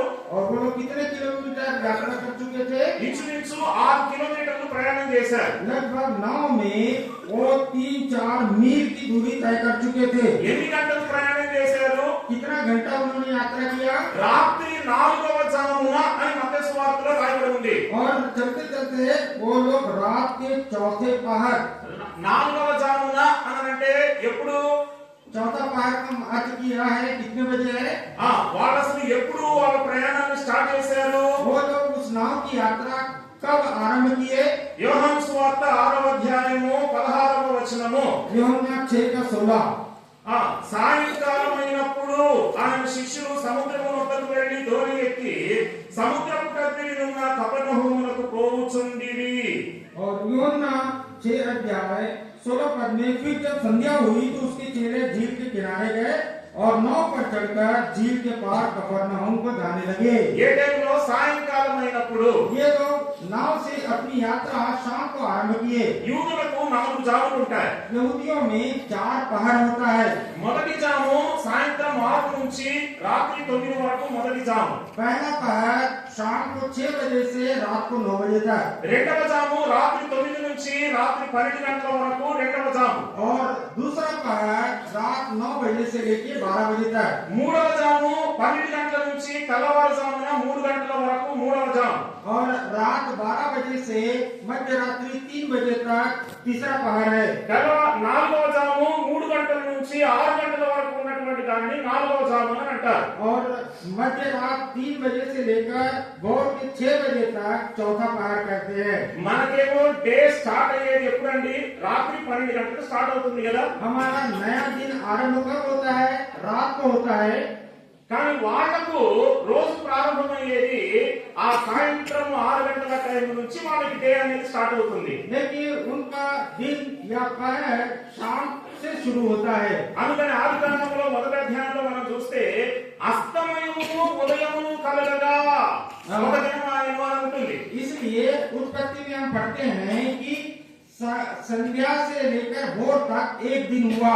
అంటే మొదట ఏమొచ్చింది? అస్తమయము, ఆ తర్వాత ఉదయం. पहला सूर्यास्त का से लेकर सूर्योदय तक पहला दिन हुआ। అంటే వాళ్ళకున్న క్యాలెండర్ ప్రకారంగా సాయంత్రం నుంచి డే అనేది స్టార్ట్ అవుతుంది కనుక ఆ మాట అక్కడ అన్నారు. उनकी दिनों की गणना शाम से शुरू होती है, इसलिए ये बात वहाँ लिखा है। అంటే ఇప్పుడు రాత్రి 4వ జామున అనంటే అప్రాక్సిమేట్ గా టైం ఎప్పుడని చెప్పాను? తెల్లవారుజామున 3 నుంచి 6 గంటల లోపు. अभी ये लोग चौथे पहर नाव की यात्रा करते करते चौथे पहर में आ गए। मतलब मध्य रात्रि 3 बजे से लेकर भोर के 6 बजे तक था। ఎన్ని గంటలు ప్రయాణం చేశారు? लगभग कितने घंटे उन्होंने यात्रा किया? చెప్పండి. అప్రాక్సిమేట్ 4వ జాము అంటే ఎన్ని గంటలు ప్రయాణం అయినట్టు చెప్పండి అక్కడ. चौथा पहर मतलब कितने घंटे वो लोग नाव चलाए हैं? చెప్పండి. बताइए। 6 నుంచి ఎర్లీ మార్నింగ్ 3 o'clock 9 hours అయిందా?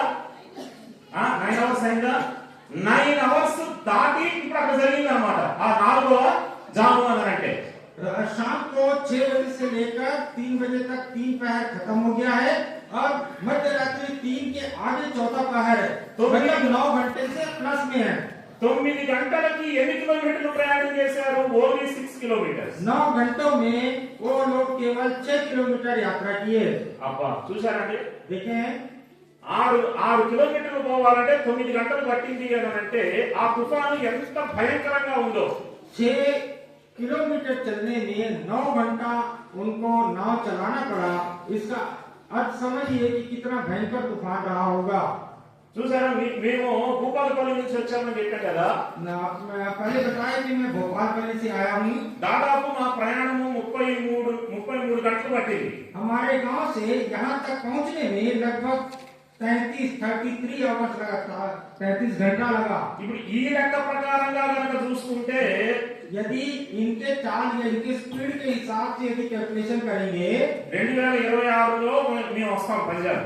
तो आज हम शुरू करेंगे अपने गांव से, तो 2026 में पंजाब पहुंचेंगे। చూసారండి, 9 గంటలు ప్రయాణం చేసినా సరే ఓన్లీ 6 kilometers మాత్రమే వాళ్ళు ప్రయాణం చేయగలిగారు। 9 घंटे यात्रा करने के बाद वो लोग केवल 6 किलोमीटर पार कर पाए। దానికి దూరముగా దోణి ఉన్నప్పుడు వాళ్ళకి ఆ తుఫాన్ అనేది ఎదురైంది। तब भी वो किनारे से काफी दूर ही थे। ఇప్పుడు వాళ్ళందరూ కూడా భయంతో నిండిపోయారు। और वो तूफान को देखकर सब डर गए। బహుశా వాళ్ళలో సనుగులు మొదలై ఉంటాయి। हो सकता है वो लोग कुड़कुड़ाना आरंभ किए हों। మనము పోము అని అంటే యేసు ప్రభు ఏం చేశాడు? బలవంతం చేసి పంపించేశాడు। हम में से कोई जाना नहीं चाह रहा था, तो भी प्रभु यीशु मसीह ने हमें जबरदस्ती भेजा। పేతురు అంటాడు, ఒరే అక్కడ ఉండుంటే నాకు మినిస్టర్ పోస్ట్ వచ్చేది కదా। पतरस कह रहा होगा, हम लोग सब वहाँ रहते तो मुझे मंत्री पद मिलता। నేను పోను, ఆ ప్రెమిసెస్ లో నుంచి పోను అని అంటే యేసు ప్రభు బలవంతంగా పంపించాడు। मेरी तो बिल्कुल इच्छा नहीं थी वहाँ से जाने का, लेकिन प्रभु यीशु मसीह काफी जबरदस्ती करके भेजे हैं। ఇప్పుడు యూదా అంటాడు, సరే నీ పోస్ట్ సంగతి తర్వాత పక్కన పెట్టు, నా పోస్ట్ ఏమైపోయిందో, నా డబ్బులన్నీ ఏమైపోయాయో। नाव में चर्चा चल रही होगी तो यहूदा बोल रहा होगा, पतरस आप अपनी बात अपने पास रखो। నా ఫైనాన్షియల్ మినిస్టర్ పోస్ట్ ఏమైపోయిందో, मेरा वित्त मंत्रालय या पैसों का मंत्रालय क्या होगा। యేసు ప్రభువేమో చెప్తే వినడాయే। प्रभु यीशु मसीह को कितना बता रहे हो, सुन ही नहीं रहे। మేము పోము అని అంటే మనల్ని బలవంతం చేసి పంపించాడు కదా। हम तो जाना नहीं चाह रहे थे, तो भी हम सबको जबरदस्ती भेजा। ఇప్పుడు మన పరిస్థితి ఏంటి? अब हमारी परिस्थिति क्या है? వీళ్ళందరూ సనుగుతూ ఉంటూ ఉండగా इस तरह से ये लोग आपस में सब कुड़कुड़ा रहे होंगे। రాత్రి 4వ జామున యేసు ప్రభు సముద్రం మీద నడుచుచూ వారి దగ్గరికి వస్తూ ఉన్నాడు। तब प्रभु यीशु मसीह रात के चौथे पहर झील पर पैदल चलते हुए उनसे आ मिले। ఎప్పుడంటే అది ये कौन सा समय था? రాత్రి 4వ జాము, रात का चौथा पहर। వెలుగుందా ఆ టైంలో? क्या उस समय रोशनी थी? అంతా కూడా చీకటే। सब कुछ अंधकार में था। ఒకవైపేమో తుఫాను, एक तरफ तूफान, ఒకవైపేమో చీకటి, एक दूसरे तरफ अंधेरा। అక్కడ దూరం నుంచి ఎవరైనా వస్తూ ఉంటుంటే ఇక్కడ కనిపెట్టలేము। यदि दूर से कोई आ गया होगा तो दिखाई नहीं देगा। రోడ్డు మీద ఎవరైనా, ఇప్పుడు ఉదాహరణకి మనం చీకటిలో ఎవరైనా సరే రాత్రి పూట తెల్లబట్టలు వేసుకొని ఒక్కటే వస్తున్నారు అనుకోండి, मान लीजिए अकेले ऐसे रास्ते से आप जा रहे हैं जहाँ चारों तरफ घोर अंधकार है और वहाँ पर कोई सफेद वस्त्र पहने हुए अकेला व्यक्ति सामने से आ रहा है, ఏమవుతుంది? పంజాబ్ లో వాళ్ళకి భయం కలిగిద్దా? तो यहाँ के लोगों को डर लगेगा। మీరే మమ్మల్ని భయపెట్టేటట్టున్నారు। आप ही हम लोग को डराने जैसा है। మిమ్మల్ని చూస్తుంటేనే భయం అవుతుంది, కొంతమంది చూస్తుంటే। आप में से कुछ लोगों को देखने से ही डर है, डर लग रहा है। మీ పర్సనాలిటీ గాని మీ ఫిజిక్ గాని చూసి మీరు ఎంత బలాఢ్యులు అని చెప్పి అనిపిస్తూ ఉంటది। आपका शरीर का डील डॉल देख के इतना आप बलवंत दिख रहे, आपसे डर लग रहा है। చూడండి, ఇప్పుడు వాళ్ళందరూ కూడా సనుగుతూ ఉంటూ ఉండగా इस तरह से ये प्रभु यीशु मसीह के सारे चेले आपस में कुड़कुड़ा रहे యేసు हैं। ప్రభు నడుచుకుంటూ వాళ్ళ దగ్గరికి వచ్చాడు। प्रभु यीशु मसीह पानी पर चलते हुए उनके सामने आया। వెంటనే భయం చేత భూతము అని చెప్పి కేకలు వేశారు. तुरंत डर के वे सब कहने लगे कि ये भूत है। అంటే ఆ వెలుగులో యేసు ప్రభువారిని గుర్తుపట్టలేకపోయారు. उस अंधकार में प्रभु यीशु मसीह को पहचान नहीं सके। ఓకే, అక్కడ వెలుగు లేదు కాబట్టి, చీకటి ఉన్నది కాబట్టి ప్రభువును గుర్తుపట్టలేకపోయారు. यहाँ वहाँ पर रोशनी नहीं होने के कारण, अंधकार होने के कारण प्रभु यीशु मसीह को वो पहचान नहीं सके అని అనుకుందాం. ऐसा हम सोच सकते हैं। ఇప్పుడు యేసు ప్రభు వెంటనే ఏం చేశాడు అక్కడ కూడా చూడండి. వెంటనే 27వ వచనంలో 27 पद में प्रभु यीशु मसीह तुरंत कह रहे हैं, యేసు ప్రభు అన్నాడు, ధైర్యము తెచ్చుకోండి, నేనే, భయపడకుడి అని అన్నాడు. प्रभु यीशु ने तुरंत उनसे बातें की और कहा, ढाढ़स बांधो, मैं हूँ, डरो मत। చూసారా, ఇప్పుడు నేనే అని అన్నప్పుడు కూడా పేతురు ఏమంటున్నాడండి, ప్రభువా నీవే అయితే అని అన్నాడు. जब प्रभु यीशु मसीह स्वयं अपने मुंह से कहा, मैं हूँ, डरो मत, तब पतरस ने कहा कि हे प्रभु, यदि तू है तो। అంటే పేతురికి ఆయన యేసు ప్రభువే అన్నటువంటి విషయము పేతురికి గ్యారెంటీ లేదు. और प्रभु वो व्यक्ति प्रभु यीशु मसीह है करके पतरस को गारंटी नहीं था। రాత్రి కాబట్టి, వెలుగు లేదు కాబట్టి రూపాన్ని గ్రహించలేకపోయారు అని అంటే అర్థం ఉంది. हम सोच सकते हैं चलो अंधकार था तो वो रूप देखकर प्रभु यीशु मसीह को नहीं पहचान सके, ये बात समझ सकते हैं। కానీ ఎంత రాత్రి అయినా సరే, ఏ టైం అయినా సరే, యేసు ప్రభువారు ఆయన పలికినప్పుడు యోహాను సువార్తలో ఒక మాట ఉంది కదా, నా గొర్రెలు నా స్వరము వినును. जैसा कि यूहन्ना सुसमाचार भी है कि मेरे भेड़े मेरा शब्द पहचानती है। यहाँ पर चलो अंधकार के कारण नहीं पहचान सके, लेकिन प्रभु यीशु मसीह ने जब कहा तब तो पतरस पहचान सकता था। కానీ పేతురు యేసు ప్రభు యొక్క స్వరాన్ని కూడా గుర్తుపట్టలేకపోయాడు. लेकिन वैसी परिस्थिति में प्रभु यीशु मसीह का आवाज को भी पतरस नहीं पहचान सका। యేసు ప్రభువారు నేనే అని అన్నా కూడా వారి శిష్యులు యేసు ప్రభువును గుర్తుపట్టలేకపోయారు. जबकि प्रभु यीशु मसीह ने कहा, ढाढ़स बांधो, मैं हूँ, डरो मत, तो भी उसकी आवाज को चेले पहचान नहीं सके। చూడండి, ఉదాహరణకి ఒకవేళ నేనే ఉన్నాను, उदाहरण के लिए मैं हूँ, నేను ఇంట్లో నుంచి బయటికి వెళ్ళాను అనుకోండి, మార్కెట్కి వెళ్ళాను అనుకోండి. मान लीजिए अपने घर से मैं बाजार गया, మార్కెట్ లో పనులన్నీ చూసుకొని ఇంటికి వస్తాను. मार्केट से सब काम पूरा करके वापस घर आया, రాగానే డోర్ తడతాను. आते ही घर पहुंचकर मैं दरवाजा खटखटाऊंगा। ఇప్పుడు లోపటి నుంచి నా భార్య ఏమంటుంది, ఎవరు అని అంటుంది. अंदर से भाई की पत्नी पूछेगी कि कौन है। అప్పుడు నేనేం చెప్తాను, तब भाई क्या कहेंगे, నా పేరు కార్తీక్, मेरा नाम कार्तिक है, మా ఊరు బాల్వంచ, मेरा गांव मामंचा है, నేను చర్చ్ పాస్టర్ ని. मैं चर्च का पास्टर हूँ। ఈ బయోడేటా చెప్తానండి. ये पूरा बायोडाटा बताऊंगा। ఈ బయోడేటా చెప్తాం, అట్లా పంజాబ్ వాళ్ళకి చెప్తారా? क्या पंजाबी लोग ऐसा अपने आप बताते हैं? భర్త ఏమంటాడు, पति क्या कहेगा, బయోడేటా ఏం చెప్పడు, पूरा बायोडाटा नहीं बताएगा, నేనే అని అంటాడు. एक ही बात कहेगा, मैं हूँ। నేనే అనగానే భార్యకు అర్థమైపోతుంది వచ్చింది నా భర్తే అని. वह मैं हूँ ये शब्द सुनकर पत्नी को पता चल जाएगा कि मेरा पति आया है। అయితే ఇక్కడ నా గొర్రెలు నా స్వరము వినును అనేటువంటి ఆ విషయంలో వీళ్ళు తప్పిపోయారు. मेरी भेड़े मेरा शब्द पहचानती है, इस संदर्भ में ये लोग चूक गए। యేసు ప్రభువారి యొక్క రూపాన్ని గుర్తుపట్టలేదు, प्रभु यीशु मसीह के स्वरूप को नहीं पहचान सके, యేసు ప్రభు యొక్క స్వరాన్ని గుర్తుపట్టలేదు. प्रभु यीशु मसीह के शब्द को नहीं पहचान सके। ఇప్పుడు పేతురు అంటున్నాడు, ప్రభువా నీవే అయితే నీళ్ళ మీద నడుస్తూ నేను నీ దగ్గరికి రావాలి. यदि पतरस कह रहा है, हे प्रभु यदि तू है तो मैं भी पानी पर चल के आना चाहता हूँ। ఒకవేళ నేను నీళ్ళ మీద నడుచుకుంటూ నీ దగ్గరికి రాకపోతే నువ్వు నా ప్రభువి కాదు, నువ్వు భూతానివే. और यदि मैं पानी पर चलते हुए आपके पास नहीं आ सका तो आप प्रभु नहीं भूत हैं। ఆ మాట అర్థం వచ్చేటట్టుగానే పేతురు అక్కడ మాట్లాడాడు. ऐसा अर्थ निकलता है पतरस की बातों से। అప్పుడు యేసు ప్రభు ఏమన్నాడు, तब प्रभु यीशु मसीह ने क्या कहा, రమ్మని చెప్పాడు. उससे कहा कि आप। చూసారండి, ఈ విషయంలో చూడండి, అక్కడ ధోనిలో మిగిలిన శిష్యులు కూడా ఉన్నారు కానీ ఎవ్వరు కూడా ఆ సాహసం చేయలేదు. उस नाव में प्रभु यीशु मसीह के और भी दूसरे चेले थे, लेकिन किसी ने भी ऐसा साहस नहीं किया। కానీ పేతురు మాత్రం సాహసం చేశాడు అక్కడ. लेकिन पतरस ने ऐसा साहस किया।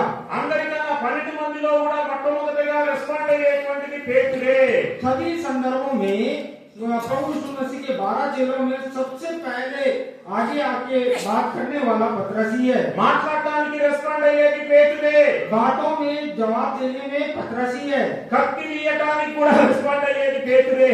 और तलवार निकालने में भी पहला प्रयास पतरस का ही है। పేతురు చెయ్యనంటే మిగిలిన వాళ్ళందరూ చెయ్యనని అంటారు. और पतरस यदि जय कहेगा तो बाकी चेले भी उसके साथ जय कहेंगे। పేతురు కనుసైగలతోటే మిగిలిన 11 మందిని కూడా శాసిస్తూ ఉంటాడు. परंतु यदि पतरस बाकी चेलों को अपने आंख के इशारे से ही बाकी चेलों को समझा सकता है। ఇప్పుడు చూడండి, యేసు ప్రభువారు పేతురుని రమ్మనగానే ఆ దోణి దగ్గర నుంచి అక్కడికి యేసు ప్రభు దగ్గరికి వెళ్ళడానికి ముందుకు వస్తున్నాడు. जैसे प्रभु यीशु मसीह ने कहा कि पैदल पानी में चल के आ, तो पतरस नाव से उतरकर पानी में चलने के लिए आगे आया। అంటే కొంత దూరం నడవగలిగాడు నీళ్ళ మీద. तो पतरस थोड़े ही समय पानी में चल सका। చరిత్రలో నీళ్ళ మీద నడిచినటువంటి వాళ్ళు ఒకటి యేసు ప్రభు, రెండవది పేతురే. पूरे इतिहास में पानी पर चलने वाले व्यक्ति प्रभु यीशु मसीह और पतरस ही है। పేతురు నీళ్ళ మీద కొంతవరకు నడవగలిగాడు, కానీ ఆ తర్వాత గాలిని చూచి భయపడి మునిగిపోతూ ఉన్నాడు. पतरस थोड़ी ही दूर पानी में चल सका, परंतु हवा को देखकर वो डूबने लगा। అందుకని అక్కడ పేతురుతో అన్నాడు, అల్ప విశ్వాసి ఎందుకు సందేహపడ్డావు? इसीलिए प्रभु यीशु मसीह ने उससे कहा, हे अल्प विश्वासी, तूने क्यों संदेह किया? గాలిని చూడనంత వరకు పేతురు నీళ్ళ మీద నడవగలిగాడు. जब तक पतरस की नजर प्रभु यीशु मसीह पर थी, तब तक पतरस पानी पे चल सका। గాలిని చూడగానే మునిగిపోతూ ఉన్నాడు. जब उसकी दृष्टि प्रभु से हटकर आंधी की ओर गई, तब डूबने लगा।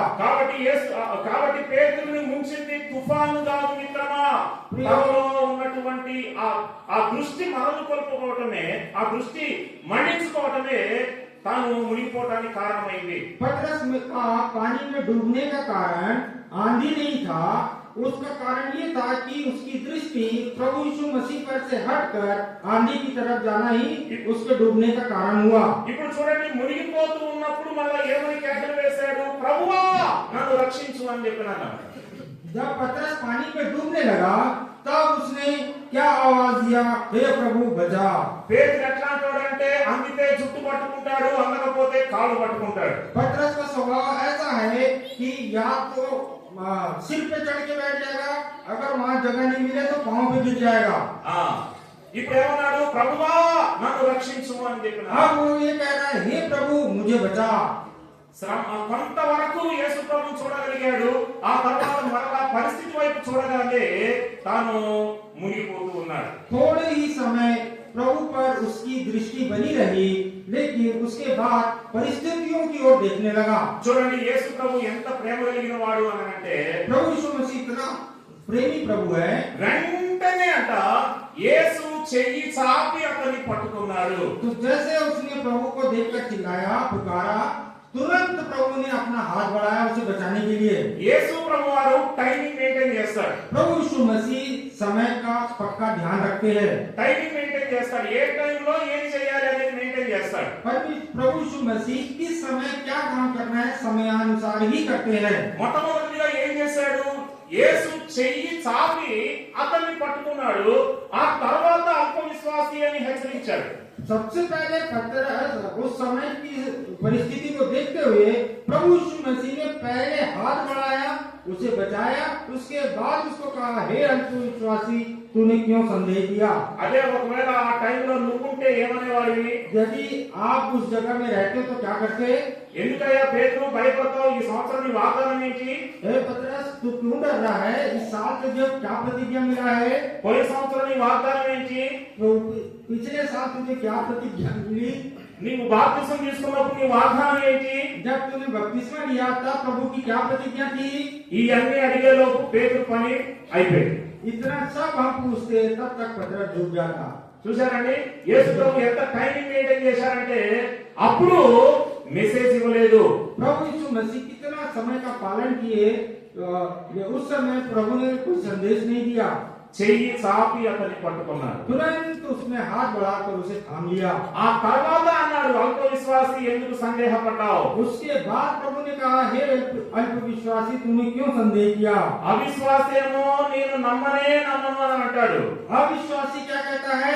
मैं बिल्कुल प्रतीति करूंगा ही नहीं। అల్ప విశ్వాసి ఏమో ఎప్పుడు చూసినా సందేహాలే. और अल्प विश्वासी में क्या है? हर समय में संदेह करता है, ఎప్పుడు చూసినా డౌట్లే. हमेशा उसके मन में शक रहता है। కొంత సమయం వరకేమో యేసు ప్రభు వైపు చూస్తారు, కొంత సమయం అయిపోయిన తర్వాత మరలా పరిస్థితుల వైపు, గాలి వైపు, తుఫాను వైపు చూస్తారు. थोड़े समय प्रभु की ओर दृष्टि रखते हैं, उसके बाद फिर थोड़े समय परिस्थितियों की ओर देखते हैं। కాబట్టి అల్ప విశ్వాసము కూడా మనలో ఉండకూడదు. इसलिए अल्प विश्वास भी हम में नहीं होना चाहिए। చూడండి, మూడవదిగా ఏ విశ్వాసము మనలో ఉండకూడదు? और तीसरी कि क्या विश्वास हम में नहीं होना चाहिए? మూడవదిగా మనం గమనించినట్లయితే तीसरी बात पर हम ध्यान दें, యాకోబు రాసినటువంటి పత్రిక, याकूब की पत्री, యాకోబు రాసినటువంటి పత్రిక 2వ అధ్యాయము, याकूब की पत्री 2रा अध्याय యాకోబు రాసిన పత్రిక 2వ అధ్యాయం 17వ వచనము और उसका 17 पर, याकूब की पत्री 2 का 17। అలాగే విశ్వాసము క్రియలు లేనిదైతే అది ఒంటిగా ఉండి మృతమైనదగును.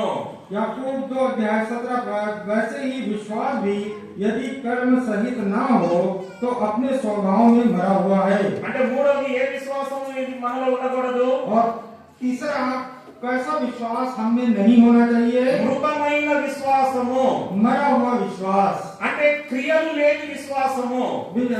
कर्म बिना विश्वास। క్రియలు కనపడాలి. విశ్వాసము అని అంటే అది కేవలం నోటి మాటతో చెప్తే సరిపోదు, కానీ క్రియల్లో నువ్వు ఆ విశ్వాసాన్ని చూపించగలగాలి. हम विश्वास केवल बातों में नहीं, अपने कामों में भी विश्वास दिखाना है। నీ విశ్వాసాన్ని నిరూపించుకోగలగాలి. आप अपने विश्वास को कर्मों से प्रमाणित करना है। అబ్రహాము తోటి ఆదికాండం 22వ అధ్యాయంలో ప్రభు మాట్లాడినప్పుడు उत्पत्ति 22 अध्याय में परमेश्वर ने इब्राहिम से बात किया, నీవు ప్రేమించు ఇస్సాకును, నీకు ఒక్కడే ఉన్న నీ కుమారుని అనగా నీవు ప్రేమించు ఇస్సాకును నాకు దహన బలిగా ఇచ్చేయి అన్నాడు. परमेश्वर ने अब्राहम से कहा कि अपने एकलौते पुत्र जिससे तू बहुत प्रेम करता है मुझे होम बलि करके चढ़ा। కానీ అబ్రహాం ఏమన్నాడు అక్కడ? तब वहाँ पर अब्राहम ने क्या किया? 22వ అధ్యాయంలో 22 अध्याय उत्पत्ति में పరివాళ్ళతోటి చెప్పిన మాట, अपने सेवकों से, अपने नौकरों से कही हुई बात, నేను ఈ చిన్నవాడును అక్కడకు వెళ్లి బలి అర్పించి అక్కడ కార్యక్రమం అంతా జరిపించి తిరిగి వచ్చేదము అని అన్నాడు. और वहाँ पर अब्राहम अपने चेलों से कहने लगा, मैं और मेरा बेटा उस पहाड़ पर जाकर उस काम को पूरा करके हम दोनों वापस आएंगे। వస్తాము అని అనలేదు, వస్తాము అని అన్నాడు. मैं अकेला आऊंगा करके नहीं कहा, हम साथ आएंगे। అంటే ఇస్సాకు విషయమై తనకున్నటువంటి విశ్వాసం ఏంటంటే ప్రభు ముందే చెప్పాడు, ఇస్సాకు వలనైనది ఏది సంతానం అనబడును. और प्रभु ने पहले से उसे वायदा दिया था कि इस हाथ के द्वारा ही तेरी संतान कहलाएगी। ఇస్సాకు తదనంతరము ఇంకా మరి తన గురించినటువంటి వాగ్దానాలను అబ్రహాము జ్ఞాపకం చేసుకున్నాడు. परमेश्वर ने इब्राहिम से की हुई प्रतिज्ञाओं को स्मरण किया। అంటే ఇప్పుడు ఇస్సాకు ఒకవేళ చనిపోతే వాగ్దానం ఏమైపోతుంది? यदि इसहाक अभी होम बलि चढ़ जाएगा तो परमेश्वर की प्रतिज्ञा का क्या होगा? నా దేవుడు అబద్ధం ఆడాడు, मेरा परमेश्वर झूठ नहीं बोलता। నా దేవుడు ఇస్సాకును నాకు ఇస్తాడు. मेरा परमेश्वर इसहाक को मुझे देगा। ఆ విశ్వాసముతోటే ఆ క్రియలలో తాను గెలవగలిగినాడు. उस विश्वास के द्वारा ही वो अपने कामों के द्वारा उन परिस्थितियों पर विजय पाया। కాబట్టి పిల్లరా, ఆ క్రియలు లేనటువంటి విశ్వాసము అది మృతమైనదే. बिना कर्मों के विश्वास मरा हुआ है, అంటే అది చచ్చిన దానితో సమానము. वो मरे हुए के बराबर है। నీవు జీవించుచున్నావన్న పేరు మాత్రం ఉన్నది గాని నీవు మృతుడవే. आप जीते तो कहलाते हैं पर है मरा हुआ। కారణం ఏంటి అనంటే క్రియలు లేవు. कारण, उसका कारण ये है कि कर्म नहीं है, జీవితం అలా లేదు, जीवन वैसा नहीं है। క్రియల్లో నువ్వు చూపించట్లేదు నీ విశ్వాసాన్ని. आप अपने विश्वास को कर्मों के द्वारा में नहीं दिखा रहे हैं। ప్రియమైన వాళ్ళరా, విశ్వాసమును నీ క్రియలలో నువ్వు నిరూపించుకోగలగాలి. विश्वास को आप अपने कर्मों के द्वारा प्रमाणित करना है। కాబట్టి క్రియలు లేని మృతమైన విశ్వాసం మనలో ఉండకూడదు।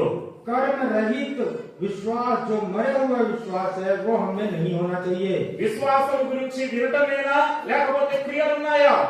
विश्वास के बारे में केवल सुनते ही हैं या उसके अनुसार काम भी करते हैं? ఒక సవాలుగా మనము విశ్వాస జీవితంలో మనము మన విశ్వాసాన్ని కాపాడుకోవాలి। हम एक चुनौती के समान हम अपने विश्वास को बचाना है, रखवाली करना है। ఒక చిన్న సంఘటన చెప్పి నేను ముగింపులోకి వస్తాను। एक छोटी सा संदर्भ बता के आपको हम समाप्त करेंगे, ఎందుకంటే రాత్రి మరలా మనకు ప్రార్థన ఉన్నది కాబట్టి क्योंकि इस सभा के बाद हम प्रार्थना की सभा है, త్వరగా ముగించబోతూ ఉన్నా। जल्दी समाप्त करेंगे। ఏ త్వరగా అన్న గంట దాటింది అంటారేమో। क्या भाई जल्दी बोल रहे, 1 घंटे से ऊपर हो गया। సరే ముగింపులోకి వస్తూ ఉన్నా। अब आखिरी समाप्ति की ओर आ रहे हैं। ప్రియులారా, నేను దేవుని యొక్క సేవలోనికి 2002వ సంవత్సరంలో దేవుని సేవలోకి వచ్చాను। प्रियो, मैं 2002 में प्रभु की सेवा में आया। 2001లో నేను రక్షించబడ్డాను। 2001 में मैंने उद्धार पाया। 2002లో నేను సేవకు వచ్చాను। 2002 में मैं सेवा में आया। 2004 నుంచి 2009 వరకు హెబ్రోన్లో తర్ఫీదులో ఉన్నాను। 2004 से लेकर 2009 तक हेब्रोन में मैं ट्रेनिंग में था। ఆ తర్వాత 2009లో నాకు ఫస్ట్ పోస్టింగ్ ఇచ్చారు ఆంధ్రాలో। उसके बाद 2009 में मुझे पहली कलीसिया दी गई आंध्रा में। హెబ్రోన్లో ట్రైనింగ్ లో ఉన్నప్పుడు భక్త సింగ్ గారి యొక్క రూమ్ దగ్గర పరిచర్య చేసేటువంటి ధన్యత దేవుడు ఇచ్చాడు। और जब मैं ट्रेनिंग में था हेब्रोन में, तब भाई भक्त सिंह के कमरे की सेवा करने का धन्यता मुझे मिला। అప్పుడు భక్త సింగ్ గారు లేరు, ప్రభు మహిమలోకి వెళ్ళిపోయారు। तब प्रभु भाई भक्त सिंह प्रभु की महिमा में चले गए थे, కానీ అక్కడ ఆ రూమ్ దగ్గర పరిచర్య చేసేటువంటి ధన్యత అయితే దేవుడు ఇచ్చాడు ట్రైనింగ్ లో। मेरे ट्रेनिंग के समय में भाई भक्त सिंह के कमरे का सेवा करना या साफ सफाई करने का धन्यता प्रभु ने मुझे दिया। ఆ భక్త సింగ్ గారి యొక్క రూమ్ దగ్గర మోకరించి ప్రార్థనలో గడుపుతూ ఉండేవాడిని అప్పుడప్పుడు। जब कभी समय मिलता था तो भाई भक्त सिंह के कमरे में घुटने टेक कर प्रार्थना किया करता था। సరే 2009లో మొదటి పోస్టింగ్ నాకు ఇచ్చారు। 2009 में पहली कलीसिया की सेवा के लिए मुझे भेजा गया। ఒక రోజున ఆ ప్రాంతం నుంచి మా ఊరికి నేను బస్సులో ప్రయాణం చేయాలి। और उस समय उस जगह से भाई अपने गांव के लिए बस में यात्रा करना है। బస్సులో ప్రయాణం చేస్తూ చేస్తూ విజయవాడ దాకా వచ్చాను। बस में यात्रा करते करते विजयवाड़ा तक आए। విజయవాడలో నా బస్సు రిజర్వేషన్ మరొక బస్సుకి అయింది। और विजयवाड़ा से मुझे बस बदल कर दूसरे बस में रिजर्वेशन था। ఇప్పుడు ఆ బస్సును పట్టుకొని మా ఊరికి వెళ్ళాలి పాల్వంచకి। अब उस दूसरे बस को विजयवाड़ा से पकड़कर पालवंचा में जाना था। విజయవాడ బస్ స్టాండ్ లో నాకు కొంచెం ఆకలి అనిపించింది। विजयवाड़ा के बस स्टैंड में मुझे भूख लगा। సరే షాప్ కాడికి వెళ్ళి ఏదైనా సరే చిప్స్ ప్యాకెట్ ఏదైనా తెచ్చుకుందామని చెప్పి వెళ్ళొద్దామని బస్సులో నుంచి కిందకు వచ్చాను। और बाजी के दुकान में जाकर कुछ चिप्स वगैरह लेने के लिए मैं बस उतरकर दुकान में गया। నా లగేజ్ మొత్తం బస్సులోనే ఉంది। मेरा पूरा सामान बस में ही था। దగ్గర దగ్గర నా బ్యాగ్ లో 12,000 క్యాష్ ఉంది। लगभग 12,000 रुपए नगद मेरे बैग में था। 12,000 11,000 నాకు సరి గుర్తులేదు। 11-12,000 था। బ్యాగ్ లో నా క్యాష్ ఉంది। और बैग में नगद रुपया था। బ్యాగ్ బస్ లో ఉంది। बैग बस में था। చిప్స్ ప్యాకెట్ తెచ్చుకుందామని చెప్పి ఆ ప్లాట్ఫామ్ దాటి అక్కడ షాప్ దగ్గరికి వెళ్ళి వచ్చే లోపు బస్ పోయింది। और मैं बस उतरकर चिप्स की दुकान जाके चिप्स लाने तक ये बस निकल गया। చూడండి ఎంత టెన్షన్ ఉంటుంది। देखिए कितना चिंता हो गया होगा। బ్యాగ్ పోయింది, बैग गया, డబ్బులు పోయినాయి, पैसा भी गया। ఇప్పుడు ఏం చేయాలో అర్థం కావట్లే। अब आगे क्या करना है नहीं मालूम। రెండు చేతులతో ఖాళీగా నిలబడ్డాను ప్లాట్ఫామ్ మీద। और उस बस के प्लेटफॉर्म में दोनों हाथ मेरे खाली थे। వీళ్ళలో ఒకవైపు టెన్షన్ మొదలైపోయింది। एक तरफ मुझे चिंता बढ़ गई। వెంటనే దేవుడు ఒక ఆలోచన తీసుకొని వచ్చాడు। तुरंत परमेश्वर ने मेरे अंदर एक विचार उत्पन्न किया। భక్త సింగ్ గారు ప్రార్థన చేస్తే ఫ్లైట్ వెనక్కి వచ్చింది। भाई भक्त सिंह जब प्रार्थना किए तो उड़ता हुआ जहाज ही वापस आ गया। ఏమొచ్చింది మనకి? क्या आया वापस? భక్త సింగ్ గారు ప్రార్థన చేస్తే ఫ్లైట్ గాల్లో ఉన్న ఫ్లైట్ మన వెనక్కి వచ్చేసింది కదా। भाई भक्त सिंह ने जब प्रार्थना किया, जो हवाई जहाज ऊपर उड़ चुका था वो वापस आ गया। ఇప్పుడు నేను ప్రార్థన చేస్తే రోడ్డు మీద ఉన్న బస్సు వెనక్కి రాదా? अभी मैं प्रार्थना करूंगा तो रोड पे जो बस निकल गई है जो रोड में ही है वो वापस नहीं आएगा क्या? ఒకసారి నా జీవితాన్ని నేను పరీక్ష చేసుకుంటున్నాను. అప్పుడు इस तरह से मैं अपने जीवन को परख रहा था। భక్తి సింగారు ప్రార్థన చేస్తేనే వాహనం వెనక్కి వస్తుందా? నీ చేస్తే రాదా? क्या भाई बख्शी के प्रार्थना से ही जहाज वापस आ सकता है? मेरी प्रार्थना से बस वापस नहीं आ सकता। దేవుడు నా ప్రార్థన కూడా వింటాడు కదా. प्रभु तो मेरी भी प्रार्थना सुनेंगे। ఒకవైపేమో టెన్షన్, एक तरफ चिंता बढ़ गई మరొక వైపేమో దేవుడి ఆలోచన తీసుకొని వచ్చాడు. और दूसरे तरफ प्रभु ये विचार दिया। కాబట్టి ప్రియమైన వాళ్ళారా, ఆ ప్లాట్ఫామ్ మీదనే మోకరించి ప్రార్థన చేయడం మొదలు పెట్టారు. उसी प्लेटफॉर्म में घुटने टेक कर प्रार्थना आरंभ किया। ఏమని ప్రార్థన చేశాను? इस तरह से प्रार्थना किया, ప్రభువా, నీ దాసుడు భక్త సింగ్ గారు ప్రార్థన చేస్తే విమానాన్ని నువ్వు వెనక్కి తెచ్చావు. हे प्रभु आपके दास भाई भक्त सिंह की प्रार्थना से ऊपर उड़ा हुआ जहाज ही आप वापस लेकर आ गए। దయచేసి నన్ను జ్ఞాపకం చేసుకొని నా ప్రార్థన అంగీకరించి ఆ బస్సు మళ్ళా వెనక్కి వచ్చేటట్లు చేయి. प्रभु जी आप मुझे स्मरण कीजिए, मेरी प्रार्थना को ग्रहण करते हुए उस बस को वापस आने में आप सहायता कीजिए। అసలే 12,000 ఉన్నాయి దాంట్లో. वैसे ही 12,000 के लगभग रुपया था। నా బ్యాగ్ మొత్తం దాంట్లోనే ఉంది. पूरा बैग पूरा सामान भाई का बस में था। ప్రభువా, దయచేసి నాకు సహాయం చేయి, ఆ బస్సు వెనక్కి రావాలి. हे प्रभु दया करके सहायता कीजिए, वो बस वापस आना चाहिए। మీరు నమ్ముతారో లేదో ప్రియులారా, విశ్వాసంతో ప్రార్థన చేశారు. प्रियो आप विश्वास करेंगे कि नहीं पता नहीं, लेकिन मैंने पूरे विश्वास से प्रार्थना किया। అబ్రహాము దేవుడు, ఇస్సాకు దేవుడు, యాకోబు దేవుడు, భక్త సింగ్ గారి దేవుడు నా దేవుడు కూడా. अब्राहम का परमेश्वर, इसहाक का परमेश्वर, भाई बक्सी का परमेश्वर ही मेरा भी परमेश्वर है। కాబట్టి ఆయన దగ్గరకు వచ్చి ఎవరు ప్రార్థన చేసినా సరే, యూదులేని గ్రీసు దేశస్థులేని ఎవరు ప్రార్థన చేసినా సరే వారందరికీ దేవుడు సమాధానం ఇస్తాడు. वो ये हमारा परमेश्वर ऐसा परमेश्वर है, चाहे यहूदी हो, चाहे यूनानी हो, चाहे कोई भी उससे प्रार्थना करे वो उनका जवाब देता है। కాబట్టి నేను ప్రార్థన చేస్తే దేవుడు మళ్ళా తీసుకొని వస్తాడు అనే నమ్మకంతో విశ్వాసంతో ప్రభు దగ్గర దీనుడిగా మోకరించి ప్రార్థన చేశాను. मैं इस पूर्ण विश्वास के साथ बड़ी दीनता से मैंने प्रभु से प्रार्थना किया कि प्रभु मेरी प्रार्थना सुनकर उस बस को वापस लाएंगे। ప్రభువును నమ్మకమునకు రకరకాలుగా ఉంటాయి నా ప్రార్థన మనవులు. मैं प्रभु पर भरोसा रखने के पहले मेरी प्रार्थना निवेदन अलग अलग तरीके से होती थी। రక్షణలోనికి రాకముందు ఎవ్రీ టైం ప్రతిసారి కూడా సినిమాకి పోయేటప్పుడల్లా ప్రేయర్ఫుల్ గా పోయేవాడిని. और उद्धार पाने के पहले मेरा हर काम प्रार्थना पूर्वक होता था, यहाँ तक कि सिनेमा भी जाता था तो प्रार्थना कर भी जाता था। ఎప్పుడైనా పోయారా పంజాబ్ వాళ్ళక? कभी पंजाबी लोग ऐसा ప్రార్థన చేసుకుని పోయేవాడిని. प्रार्थना करके सिनेमा देखने जाता था। ప్రభువా, हे प्रभु టికెట్ దయచేయి, टिकट मिलना चाहिए सिनेमा का। నేనెంతో ఆశతో వెళ్తున్నాను, मैं बहुत ही इच्छा से जा रहा हूँ। నా ఆశను నిరాశ చేయొద్దు, प्रभु मेरी इच्छा को, मेरी आशा को निराश मत कीजिए। టికెట్ దయచేయి. कृपया सिनेमा का टिकट दीजिए। సినిమాలోకి వెళ్ళి सिनेमा हॉल में जाकर మంచిని స్వీకరించి और उसमें अच्छे को मैं ग्रहण करूं చెడును వదిలిపెట్టి రావడానికి సహాయం చేయి. और उसमें दिखाई हुई बुरी बातों को छोड़ने में मेरी सहायता करो। ఎవరైనా అవుతుంది? कोई ऐसा कर सकता है? పొయ్యేదే పాపంలోనికి పోయేది. जा रहे पाप के लिए ही जा रहे हैं। చూడండి ప్రియులారా, అంటే ఒకప్పుడు రక్షణలోనికి రాక మునుపు ఆ రీతిగా ప్రార్థన చేసుకునేవాడిని. उद्धार में आने से पहले मेरी प्रार्थना इस तरह से होती थी। సరే, ప్రభువులోకి వచ్చిన తర్వాత ఆ రోజున విశ్వాసంతో ఒక సవాలుగా నా ఎదుట ఉంచబడినటువంటి ఆ పరీక్షలో ప్రార్థన చేసుకున్నాను విజయవాడ బస్ స్టాండ్ లో. प्रभु में आने के बाद बड़े विश्वास के साथ मेरे उन परिस्थितियों की परीक्षा में मैंने प्रभु से विश्वास से प्रार्थना किया। ప్రార్థన చేసుకున్నాను, ఆమెను అనుకున్నాను, అక్కడే విశ్వాసంతో నిలబడ్డాను. और प्रार्थना करके आमीन बोला और पूरे विश्वास के साथ उसी स्थान में मैं खड़े रहा, उसी प्लेटफॉर्म में खड़े रहा।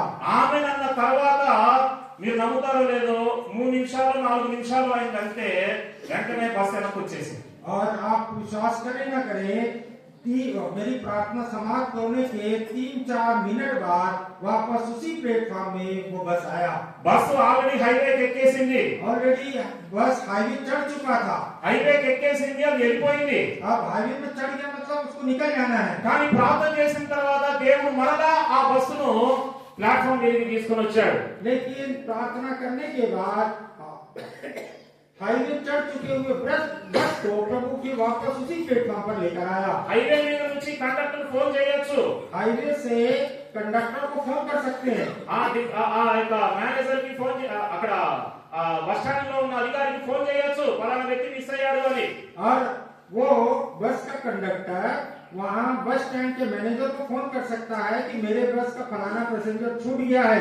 కానీ మీరు కోరుకున్నది ఏంటి? బస్సు ప్లాట్ఫామ్ మీదకి రావాలి। लेकिन मेरी प्रार्थना ये थी कि वो बस वापस उसी प्लेटफॉर्म में आना है।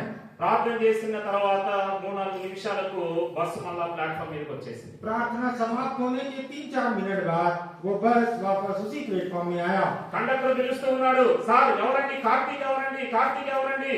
చూసుకోకుండా వెళ్ళిపోయాం అని అంటున్నాడు। कंडक्टर पुकार रहा है, कार्तिक कौन है? बिना देखे हम आगे चले गए थे।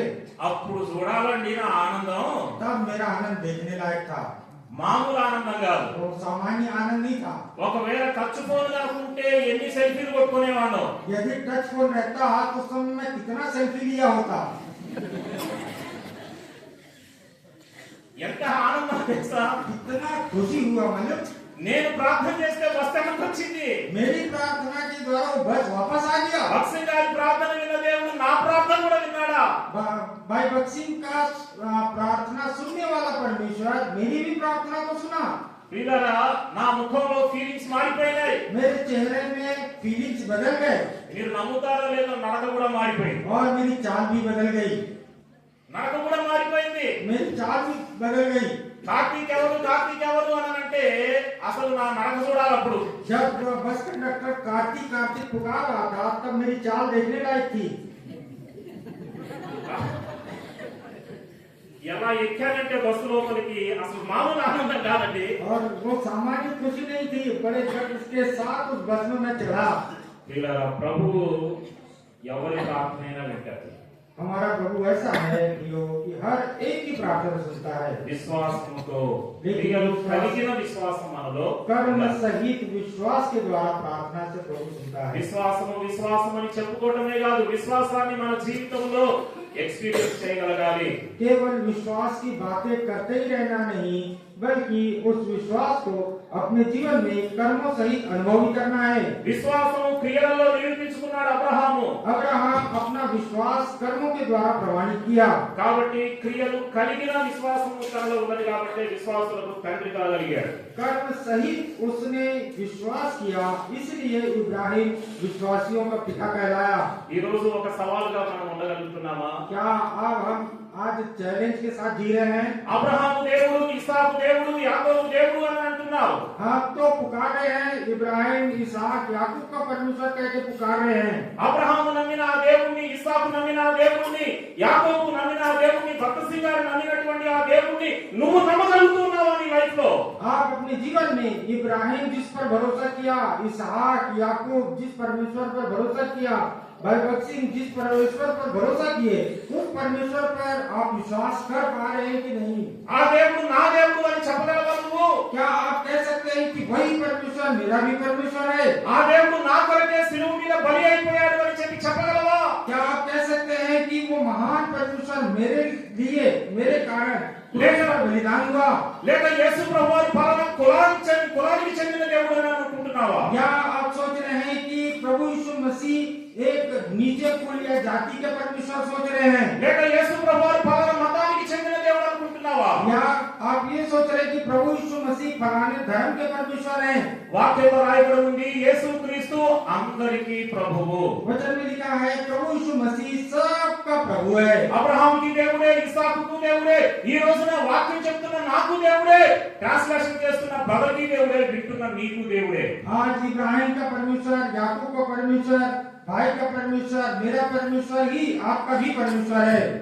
ఆ దేవుడిని నా జీవితంలో 2001లో ఆగస్టు 10వ తారీఖు రాత్రి 10:30 ప్రాంతంలో నా దేవుడిగా నేను స్వీకరించాను. अगस्त 10 तारीख रात को समय में 2001 में उस महान प्रभु को मैंने अपना व्यक्तिगत उद्धारकर्ता करके ग्रहण किया। ఇంతవరకు ఒకవేళ ఈ అనుభవంలోకి నువ్వు రాకపోతే విశ్వాసంతో ఈ హోలీ కాన్వకేషన్ లో నువ్వు గనక రాగలిగితే నా జీవితంలో అద్భుతాలు చేసిన దేవుడు, అబ్రహాము జీవితంలో అద్భుతాలు చేసిన దేవుడు, భక్తి గారి జీవితంలో అద్భుతాలు చేసిన దేవుడు నీ జీవితంలో కూడా చేస్తాడు. यदि आप अभी तक अविश्वास की दशा में हैं और इस जगह में आए हैं, तो इब्राहिम का परमेश्वर, याकूब का परमेश्वर, मेरा परमेश्वर, उसने जो हम सब के जीवन में अद्भुत आश्चर्य के काम किया, वो आपके भी जीवन में वही सामर्थ्य के साथ अद्भुत काम करेगा। అవిశ్వాసముతో వద్దు, अविश्वास में मत रहिए, అల్ప విశ్వాసముతో వద్దు, अल्प विश्वास में मत रहिए, మృతమైన విశ్వాసముతో వద్దు, मरे हुए विश्वास में मत रहिए, నిజమైన స్థిరమైన విశ్వాసముతో ప్రభువును అంగీకరించు. सच्चे स्थिर विश्वास से प्रभु को ग्रहण कीजिए। స్థిరమైన విశ్వాసముతో యోబు ఎంత విశ్వాసిగా తాను ఉండగలిగినాడో అలాంటి విశ్వాసముతో ప్రభువునందు విశ్వాసం ఉంచు. अय्यूब अपने जीवन की सारी परिस्थितियों में किस तरह से विश्वास में स्थिर रहा, वैसे ही सब परिस्थितियों में आप भी उसी प्रभु पर विश्वास में स्थिर बने रहिए। యేసు ప్రభువును నిజమైన దేవుడు అని విశ్వసిస్తూ ఉన్నాను. हे प्रभु यीशु मसीह, आप ही सच्चे परमेश्वर है करके मैं विश्वास करता हूँ। నేను పాపినని విశ్వసిస్తూ ఉన్నాను. मैं पापी हूँ करके प्रभु मैं विश्वास करता हूँ। నా పాపముల కొరకే నువ్వు చనిపోయి సమాధి చేయబడి తిరిగి లేచినావని విశ్వసిస్తూ ఉన్నాను. हे प्रभु, मैं ये भी बात विश्वास करता हूँ, मेरे ही पापों के कारण आप मारे गए, गाड़े गए, फिर जी उठे। యేసు ప్రభువా పాపినైన నన్ను కరుణించు అని విశ్వాసముతో అడుగు. विश्वास से आप प्रभु से प्रार्थना करें कि हे प्रभु मैं पापी हूँ। యేసు ప్రభువు నీ పాపాలు క్షమిస్తాడు. प्रभु यीशु मसीह आपके सब पापों को क्षमा करेंगे। మార్కు 2:5లో యేసు వారి విశ్వాసము చూచి అన్నాడు, కుమారుడా నీ పాపములు క్షమించబడి ఉన్నవి. मरकुस 2:5 में हमने पढ़ा, प्रभु यीशु मसीह उनके विश्वास को देखकर उस लकवे के मारे से कहा, हे पुत्र तेरे पाप क्षमा हुए। ఏలియా అన్నాడు, నేను ఎవరి సన్నిధిలో నిలవబడి ఉన్నాను, एलिया ने कहा, मैं जिस परमेश्वर के सामने उपस्थित रहता हूँ, ఆ నిలబడగలగాలి అని అంటే విశ్వాసమును బట్టి మాత్రమే నువ్వు నిలబడగలుగుతావు. उस तरह से यदि प्रभु के सामने स्थिर रहना, खड़े रहना है, तो केवल विश्वास के द्वारा ही आप प्रभु के सामने खड़े रह सकते हैं। ఇంకా అవిశ్వాసంతో ఉన్నావా? क्या अभी तक अविश्वास की दशा में हैं? ఇంకా అల్ప విశ్వాసంతో ఉన్నావా? क्या अभी तक आप अल्प विश्वास की दशा में हैं? ఇంకా మృతమైన క్రియలు లేని విశ్వాసంతో ఉన్నావా? अभी तक बिना कर्मों के मरे हुए विश्वास में बने हैं? ఈ రాత్రి ప్రభు పాదాల దగ్గర వచ్చేది క్షమాపణ కోరుకో. आज की रात प्रभु के चरणों में आकर क्षमा मांगिए। యేసు ప్రభువా పాపినైన నన్ను క్షమించు. हे प्रभु मुझ पापी पर दया कीजिए। మోకాళ్ళ మీద కొడతాం. घुटने में आएंगे। అందరూ కూడా మోకాళ్ళ మీద